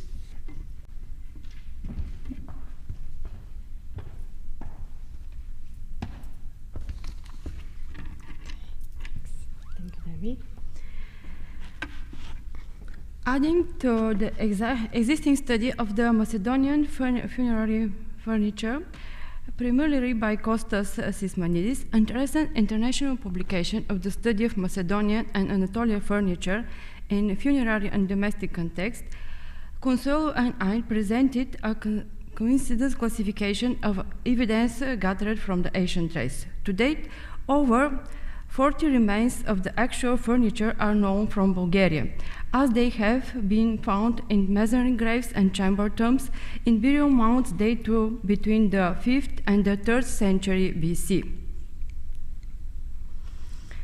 They included wooden biers, stone couches, four-leg stools, and footstools of type A, B, and C in Kyrillized typology. As indicated of the map, type A furniture, in Thrace date to between the first half of the 5th century and the last quarter of the 3rd century BC. In addition to the wooden couch from the Tumulus Luzarska, Duvanli, number 1, a stone couch come from the tomb 1 in Ativansky was added number 2. Type A legs also characterize a wooden differs from the Caryatids tomb from Svishtari, number 4, compared to the Macedonian silver differs from the Stavropolis, number 3, and a stone differs from the tomb found in the village of Naip in Turkey, you see in previous presentation. A further wooden example, impossible to say whether a cleaner or differus, this direction, was found in the Tumulus Belishka Chuka. This find is important for the understanding of funeral practice in this region in the late classical period, since it was wrapped in the cloth and laid down in the wooden sarcophagus in the same way as other graves goods. Painted version of the type A furniture are found in the main frieze of the tomb of Kazarnak, namely the throne-like chair that held a woman and a silver-footed differus with striped textile covering on which the deceased sat. Their legs present all the distinguished elements that Kyrillized assigned to cleaners, tools, and thrones as they emerged in Greece from the late 6th to the 4th century BC, and which gradually evolved toward more balanced form. In the throne of Kazarnak, more specifically, the lower half of the leg shaft tapered toward the foot, whereas the upper half above the central molded swelling is broader and gently concave and ends with a tall disc capital. This shape is not far from the type of that of type A legs in the cleaner from Duvanli, but form of which had already evolved is comparison to the archaic specimen. Next slide. However, the throne of Kazarnak displays later examples of the type A legs documented in the Mediterranean in the 4th century BC, with more slender legs, a middle torus higher of the legs, and sharply carinated. In contrast, the legs of the differus have multiple turning and terminate in tall and broader elements both above and below. They have parallels in the 4th and 3rd century example, such as a cleaner in the tomb of Amarinthus in Eritrea. Here, the texture of the textile covering painted in the cleaner also resembling the texture of the textile at Kazarnak. The throne of Kazarnak is made of wood, is lacquered and fitted with metal and gilded embellishment. The small sphinxes that supported the armrest were also metal cladding. This motif was common in the Classical and early Hellenistic period. There are parallels in the Attic grave stele of the Macistret and the Voscoriale villa. Possible earlier Near Eastern Egyptian sources of the Sphinx have been explored, as have its possible connotation of Eastern royalty and luxury. Sphinxes supporting armrests also occur in Attic and Boeotic terracotta figurines. You see? That date to between the end of the 5th and the 3rd quarter of the 4th century BC. Here it is important to note the high backrest is rendered almost identical to the backrest of the Kazanlak throne, worked as separate crossbars. Throne-like chairs are also painted in the tomb of Alexandru. As part of the banquet scene, thus included at least 2 persons sitting on throne with high backrest and 2 standing servants. The poor state of preservation makes any attempt to identify the furniture speculative. Only 3 elements can be seen: the protruding ends of the top horizontal and the vertical beams outside the frame of the backrest with palmettes, an armrest and trace of round and tapering legs. The array of the Kazanlak tomb also included 2 footstools. One of the patent in front of the differus and parallel specimens that have been found in the area of Kazanlak and elsewhere in Thrace. A second footstool appears in front of the throne. Both are rectangular with 2 horizontal rays resting on small feet molded as lion's paws. A 3-legged table is also painted in front of the differus with such a parallel in the banqueting tent in the tomb of Agios Athanasius and in emporion vases. Next type. Type B legs appear on throne and cleaner from the 1st quarter of the 6th century BC and have a rectangular section with semicircular cutouts on each side, often in form of double volutes with palmettes above and below. In Thrace, among others, type B couch included the couch of the tomb of Naip. See the map, and in the previous presentation discussed it. Tomb of Naip, and both stone couches found in the tomb of Caryatides. Sveshtari. Given the decoration of the front and the shape of the legs, the funerary couch was built in 330 to 20 BC, but the north wall of the sarcophagus-like chamber in Tumulus Ostrusha and belonging to type B. Next example. However, some of the elements were borrowed from or are influenced by the decoration of type C couches. The Ostrusha couch is close to the, you see another example, details of the Ostrusha. The Ostrusha couch is close to other cleaner from the Kazanlak region, such as the tomb of the Griffin Tumulus and the tomb of Daunu Izvuru. I show only the last. There is a footstool in front of the couch. It has parallels in the Griffin Tumulus, Maltepe, Naip, and a footstool painted in front in the differus and the central frieze in the Kazanlak tomb already discussed.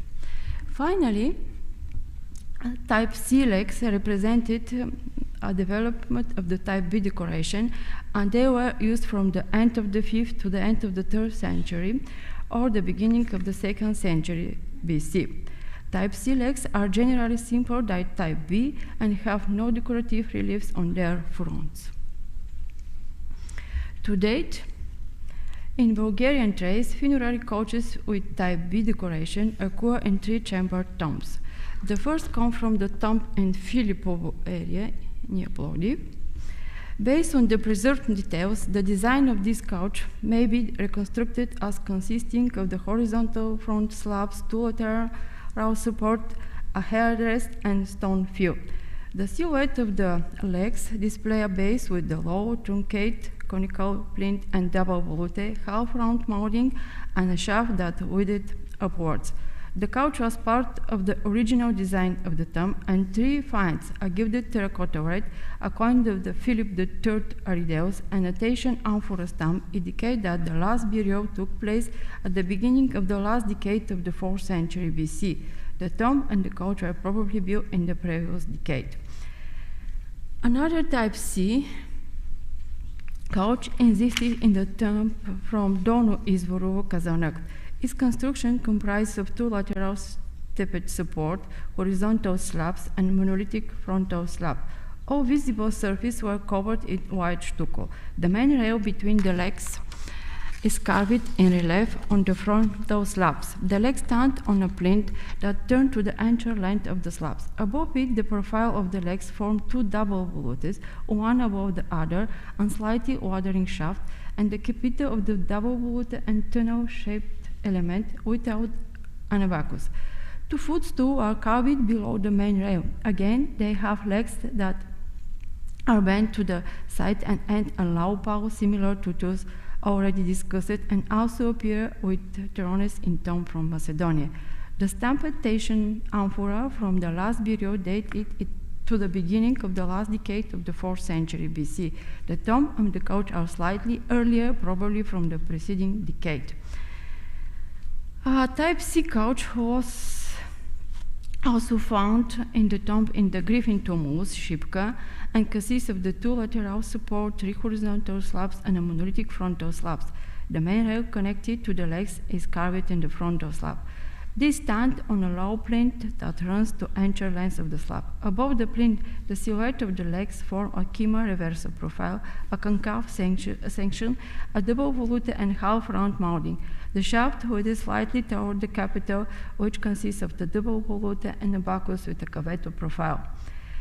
Here, too, a stone footstool stands before the couch, similar to those already discussed. There are evident similarity among this tomb, the tomb of Donu Izvoru, and the couch from the Ostrosha Tumulus, which provide data to date the Griffin Tumulus to the last 2 decades of the 4th century BC.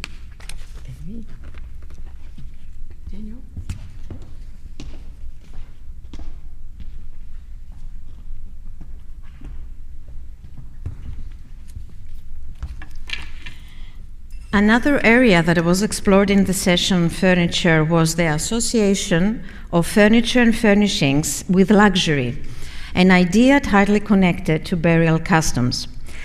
The motivation behind this study was to shed light on an aspect on which the literary sources are virtually silent, namely the private display of furniture by wealthy, non-royal individuals. The presentation explored the extremely scanty excavated domestic material and discussed methodological ways to go around the problem, maintaining that understanding luxurious furniture in domestic settings is key to understanding furniture in tombs. We are aided in this by iconography, and particularly by a group of Hellenistic reliefs known as the funerary banquet reliefs from Asia Minor and the North Aegean. Banquets provide a prime opportunity to demonstrate elegance and taste in food and drink, but also to show off objects from the host collections, especially those related to dining. As in life, reliefs depicting funerary banquets were similarly an opportunity for display, as they allude to scenes of everyday life, usually centered around a couch with reclining male or males and 1 or 2 female figures seated in profile on either side of the couch. These reliefs possibly show the deceased in a domestic setting.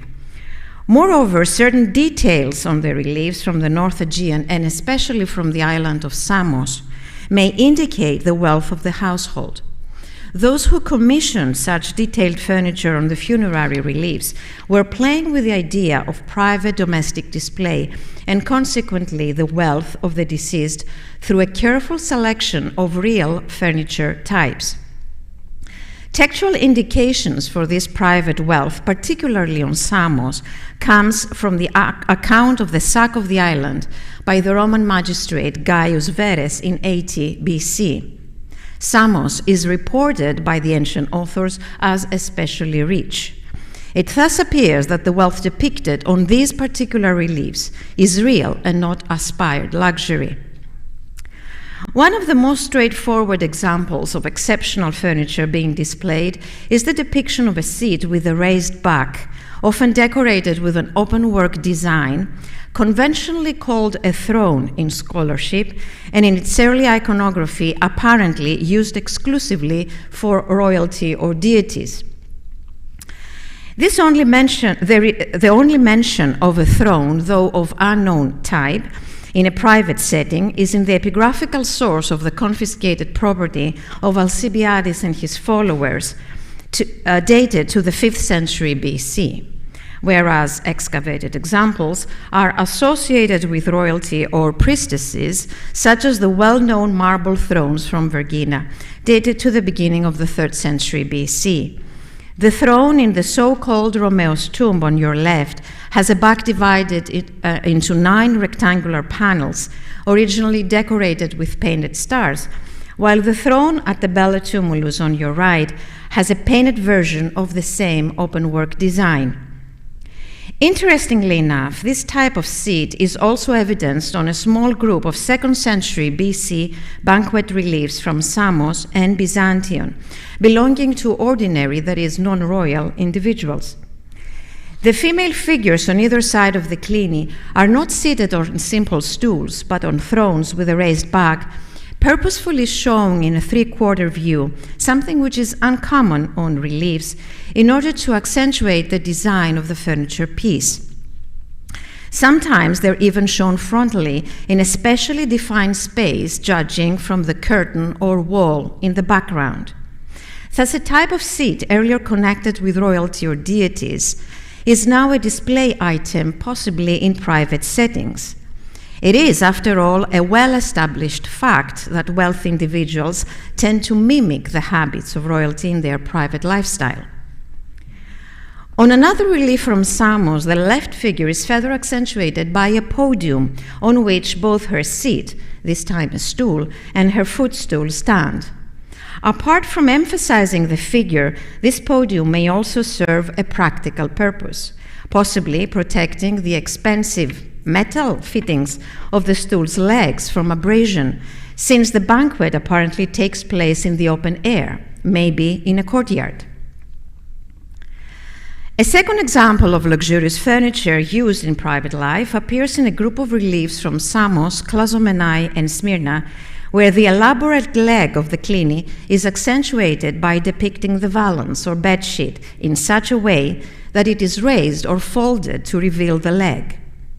These are no ordinary legs, but legs carved with sphinxes, certainly luxurious designs in themselves. They are named in the textual and epigraphical sources as sphingopodes, expensive items known as possessions of the Delian sanctuaries. A sphinx leg of this type was found in a shipwreck off the island of Styra in the South Euboean Gulf, dated by the finds between the late 2nd and early 1st century BC. Once again, the furniture on display in these funerary banquet scenes seems to reflect actual household possessions. Additionally, the valance that turns at the edge to exhibit the sphinx leg of the Cluny may be the amphitapis mentioned again on the Attic stelae. Interpreted as a double-faced covering, its depiction here may prove its value. Textiles play a major role in display, adding to the artistic and monetary value of furniture. A third type, the kilikion, or a third example, a kilikion or cupboard, was a display item par excellence. Completely absent from classical vase iconography, the kilikion appears on a small group of so-called Greco-Persian reliefs from the 5th century, the wall painting in the tomb of Agios Athanasios in Thessaloniki. It becomes especially beloved on Samian, Kizikian, and Teian banquet reliefs, and disappears by the imperial period. This short-lived piece of furniture is mentioned in Calixenus' account of Ptolemy II as one of the items carried in the parade, thus used by royalty. But it also appears in a domestic setting in Theophrastos' characters dated after 317 BC, where the distrustful man asks his wife repeatedly if the coffer, kivoton, is locked, the cupboard, kilikuchion, sealed, and the house door bolted. In Hellenistic banquet reliefs, the kilikion is placed on one side of the klini, and a servant usually stands next to it. On two examples, the servant is behind the kilikion, either for lack of space or in order to exhibit the cupboard in its entire length. On this example, the kilikion is even carved on the side frame of the stele on the pilaster, an area that is usually left undecorated. Stepped kilikia are depicted even empty or half empty, possibly indicating that the vessels are in use during the banquet. Sometimes the same scene includes both stepped kilikia and architectural kilikia with columns. Another elaborate piece of furniture depicted on funerary reliefs is the one-legged table. The example on your screen is unique because it shows a sole female figure next to a table without a male figure reclining on the couch. According to the inscription, the relief is dedicated by a certain Iulianos to his Thracian mother-in-law Vendi, apparently depicted. Note the elaborate cushion on which the figure sits and the sculpted one-leg table. Finally, thick mattresses appear on a series of 2nd century AD reliefs from Odessos in modern Bulgaria. These types of mattresses bear an intriguing detail that indicates either early upholstery, an assertion that may raise many eyebrows, but it's not utterly impossible, or a neatly folded textile. If upholstered, small wooden pegs placed at regular intervals, as the modern example on the screen, may have secured the fabric to the stuffed mattress, thus creating the radial folds visible on the relief. If folded, it is likely that a cloth press would have been used.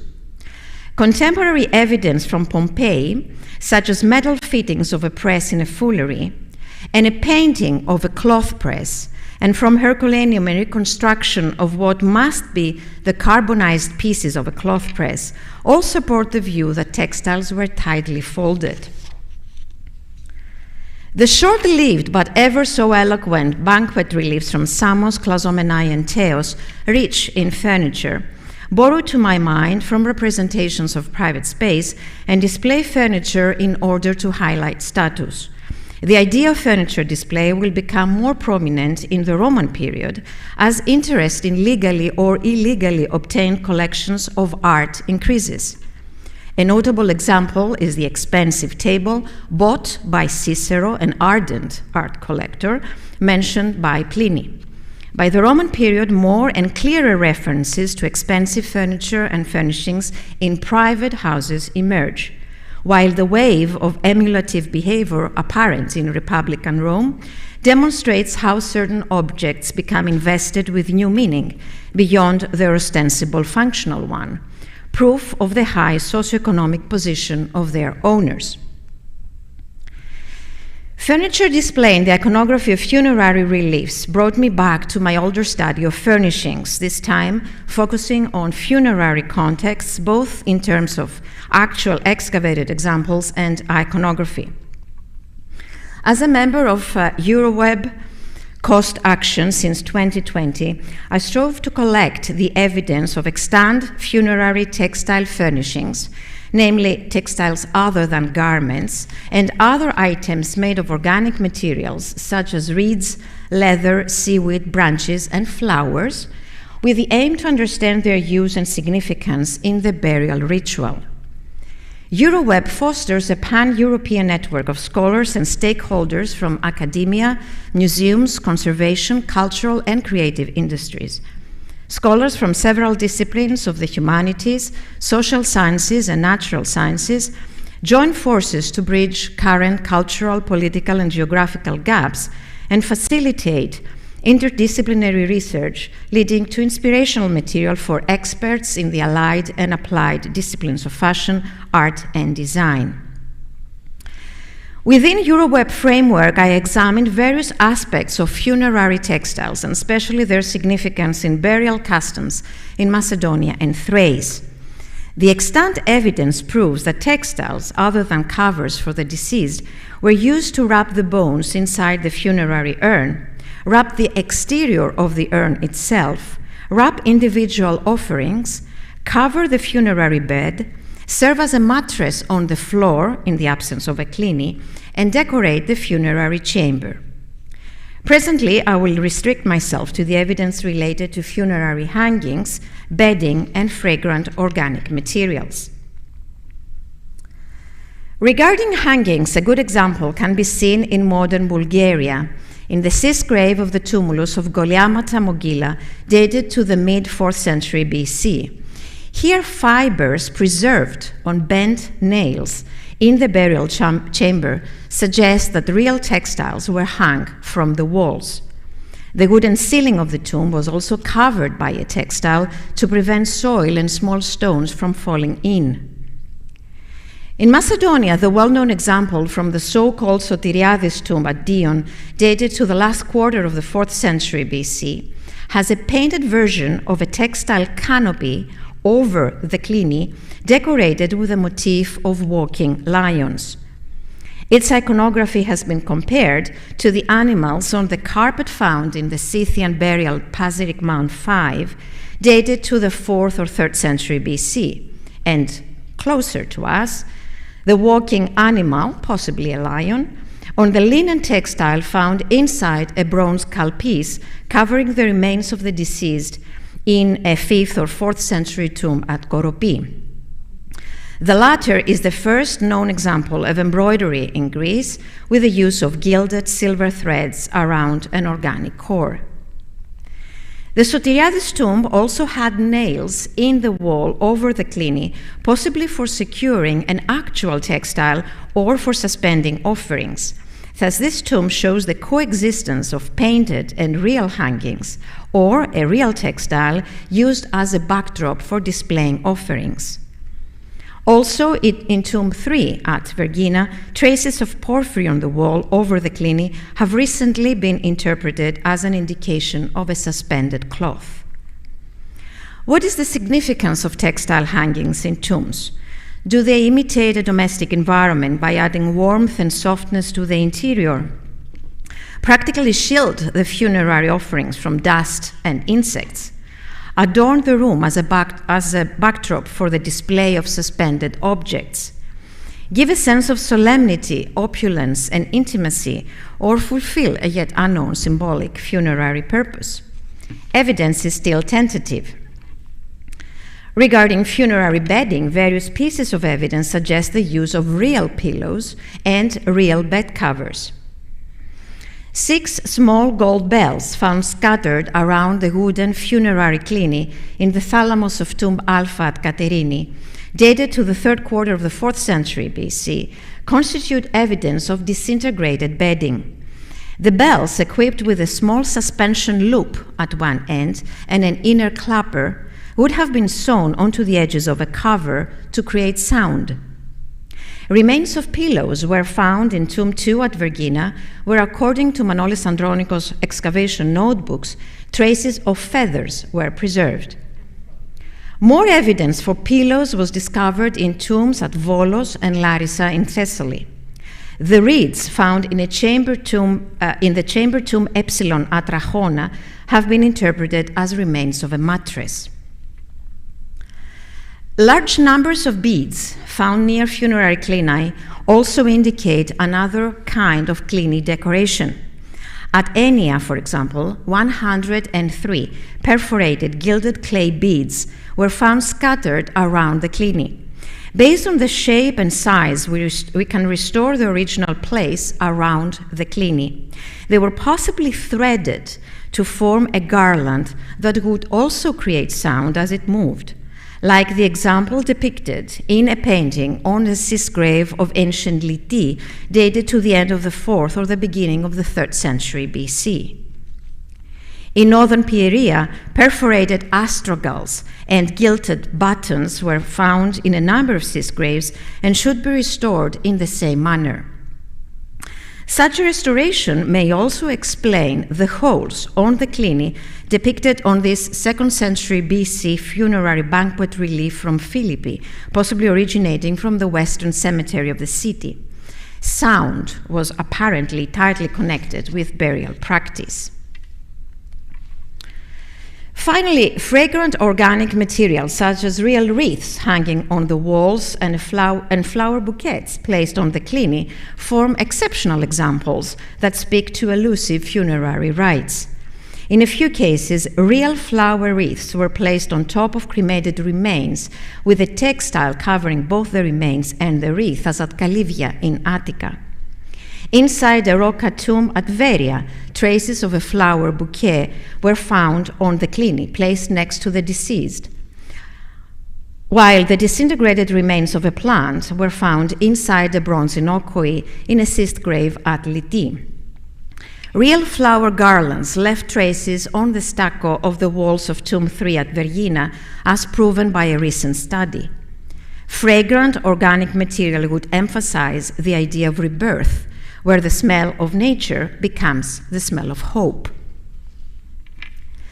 Furniture and furnishings in Hellenistic tombs of Macedonia and Thrace show the care that the living provided for the dead, and at the same time testify to yet unknown stages of the burial practice and beliefs in the afterlife more generally. Beyond indications of conspicuous consumption, they are also an indispensable part of funerary customs.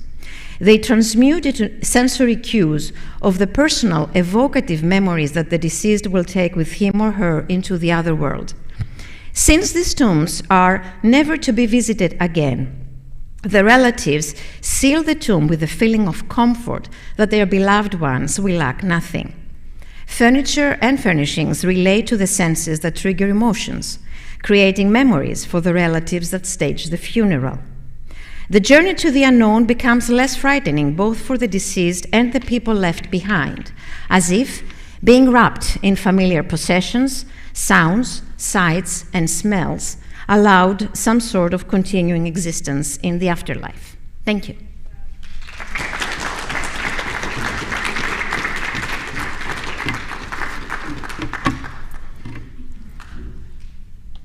Let us open the floor for questions.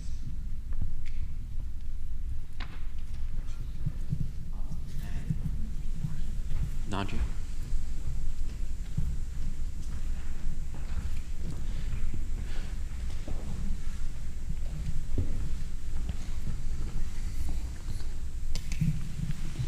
Thank you very much for this wonderful presentation. So interesting. I wanted to ask about the tables, actually, about the tables with the metal vessels.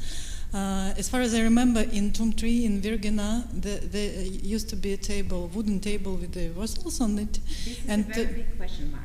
That's why I said we don't know if we have tables in Macedonian tombs. We don't know if we have tables in general in tombs. So it's not common, it's not widespread to have tables, marble probably or something? No, not at all. This table that you're referring to from Vergina, it's a wooden table, and it's assumed by the what remained, but we are not certain about. This is the only example that we have, if this is true. And but Thrace as well? You know, we are waiting for the Vergina publication for further information. And in Thrace as well, we do not have tables. I mean, except Naip, very little. Okay. So it's only your table. Okay. The Naip table. Thank you so much.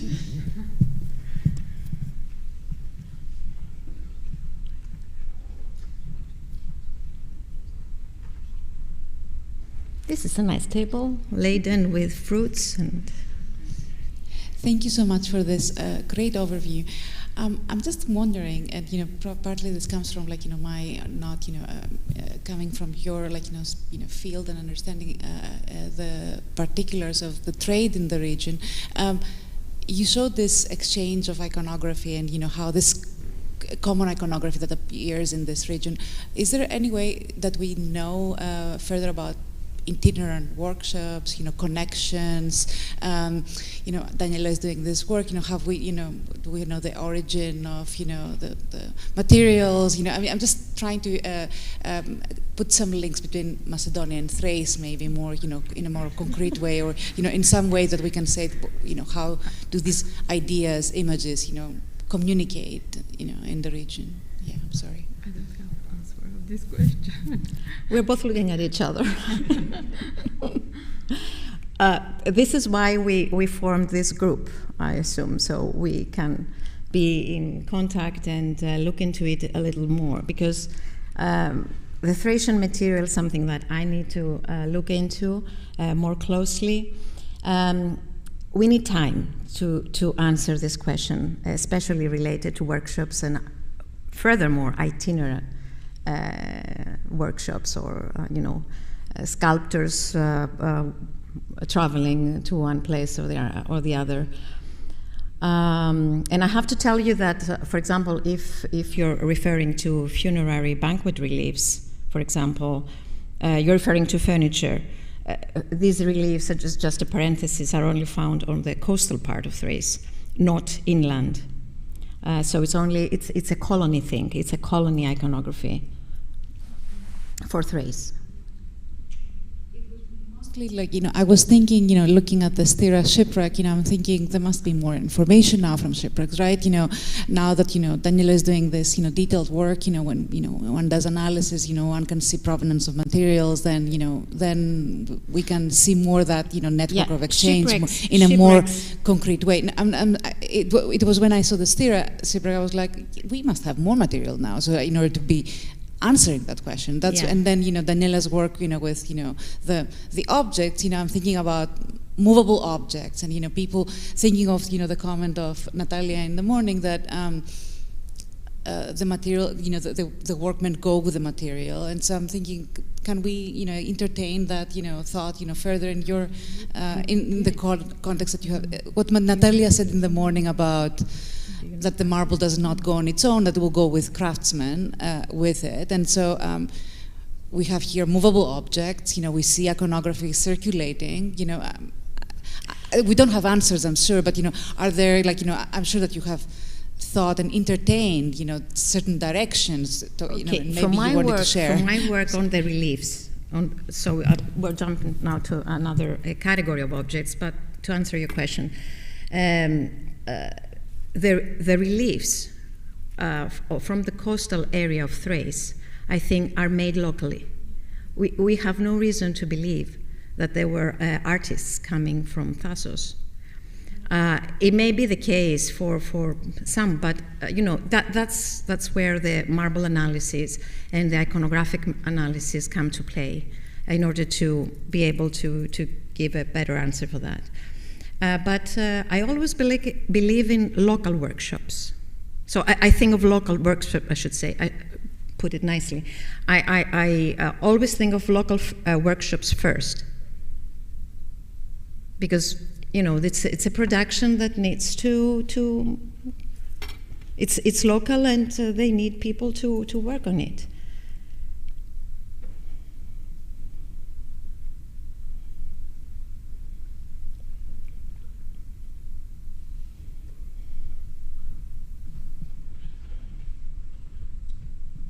Thank you.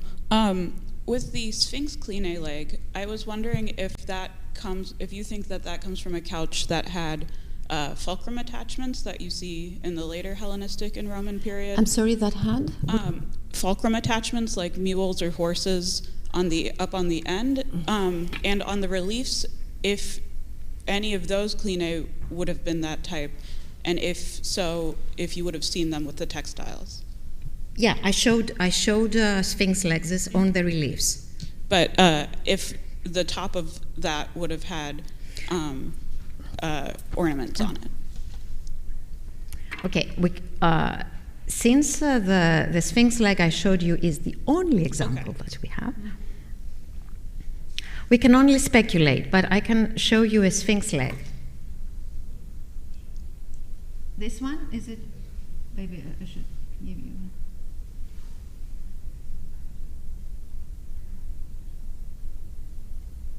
This one. Mm-hmm. Okay? Okay. You see the construction. It's a bell-shaped. This is one of the possible ways that the Sphinx can be attached on the leg. So you see a bell-shaped end of the leg. And then the top. The Sphinx, and there are a number of tori over it that gets to the frame of the clinic. Okay.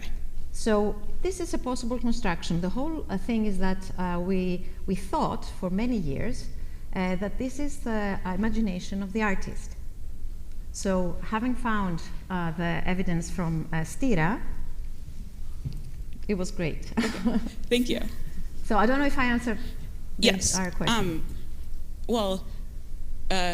What does the pillow rest? Is there a construction up there too? Okay, here probably not. Okay. Here there are two pillows, one on top of the other, or one pillow that is folded. Okay. You are referring to the fulcrum. Yes. Okay, the fulcrum is a little later than these dates, and when you have a fulcrum, usually you don't have a pillow. Okay. But I still need to work on it to be sure. Thank you. Yeah.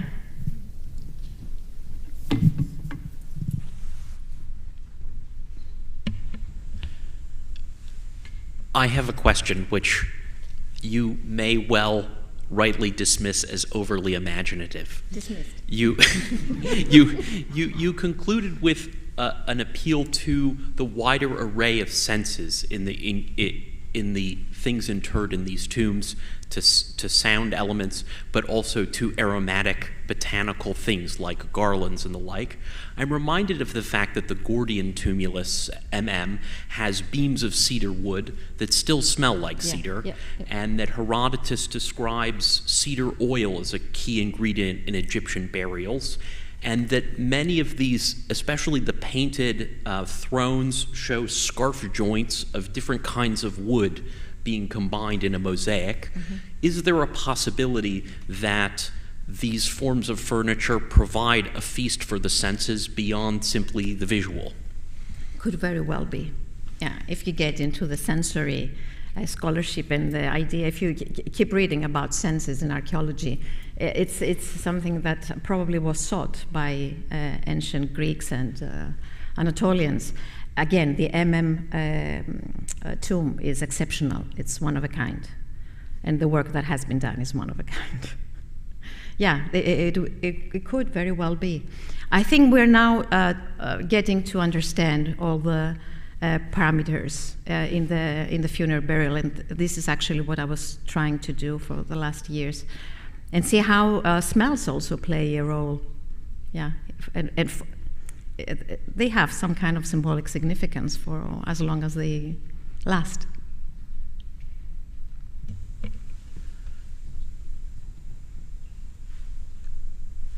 If there are no more questions, let us thank our speakers from this panel and adjourn for lunch.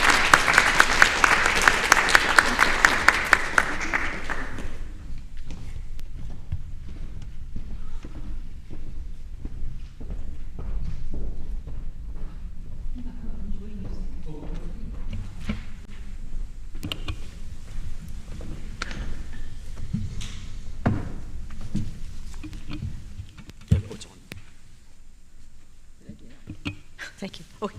Well, I want to congratulate our speakers for ending 6 minutes early or so, which gives me, and I won't therefore take more than that, but it is always nice to wrap things up and to reflect on what we set out to do and what we've accomplished.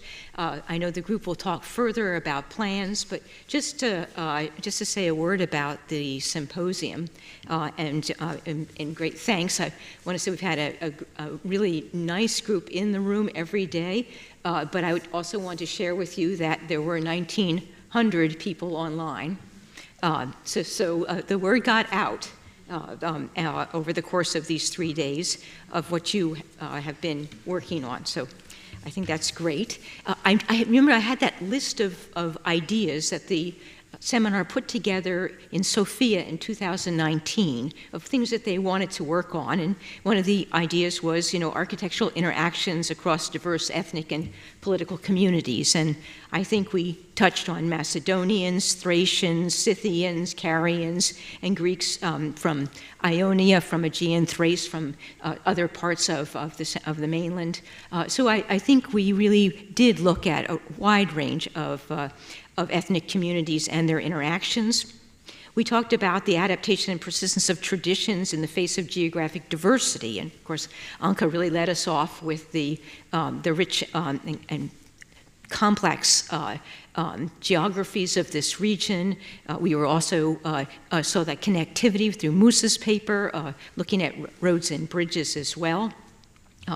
Divine, that's next. It's design, confluences and divergences. Again, we were always talking about this. I think there wasn't a paper that didn't look at this tension and interaction between where things come together and where they break apart. But I think of Phil and Chavdar and Plamena were really looking really carefully at these kinds of issues. And then we almost didn't talk very much about cult until Emil came through for us, looking at cults of potential cults of Pistiros that we should be looking for. Architecture of death had a very large part in our discussions, including the paper we just heard now from Ademi and Daniela, but also Consuelo talking about funerary coffer systems, Tamas on funerary, that incredible table, Nadia on the painted interiors, and I'm sure I'm missing out on many others, but that seems really to have been a major theme in terms of construction as well, with Phil and with Roman. And then I should have also mentioned under design confluences of all the roofing work, so that are all of our technologies of construction.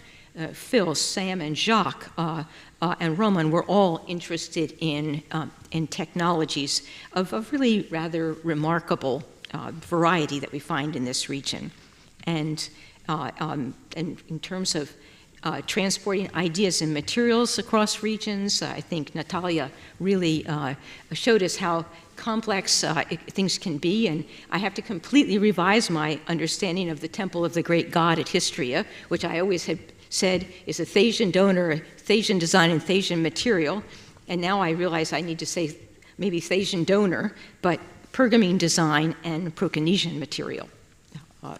These are just a few thoughts that I'm writing down, and I hope I've actually captured each one of your papers in various ways, and I'm sure that others have heard and thought of much more. I'd be happy to open the floor to other thoughts about where the conference has taken us, but I just want to offer my sincere thanks to everybody for their work and their contributions.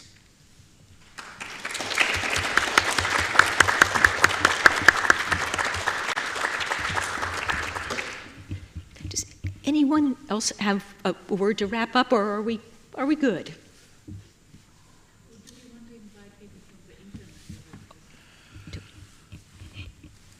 Let's see.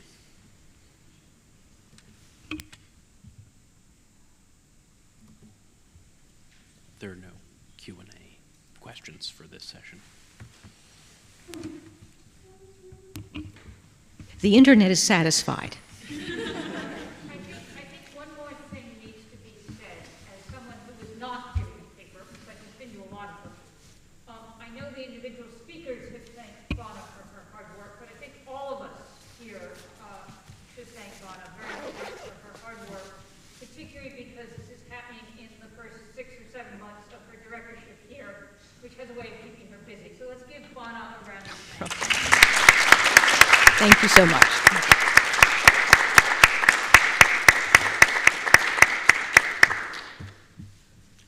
Well, again, thanks very much, and we look forward to keeping in touch.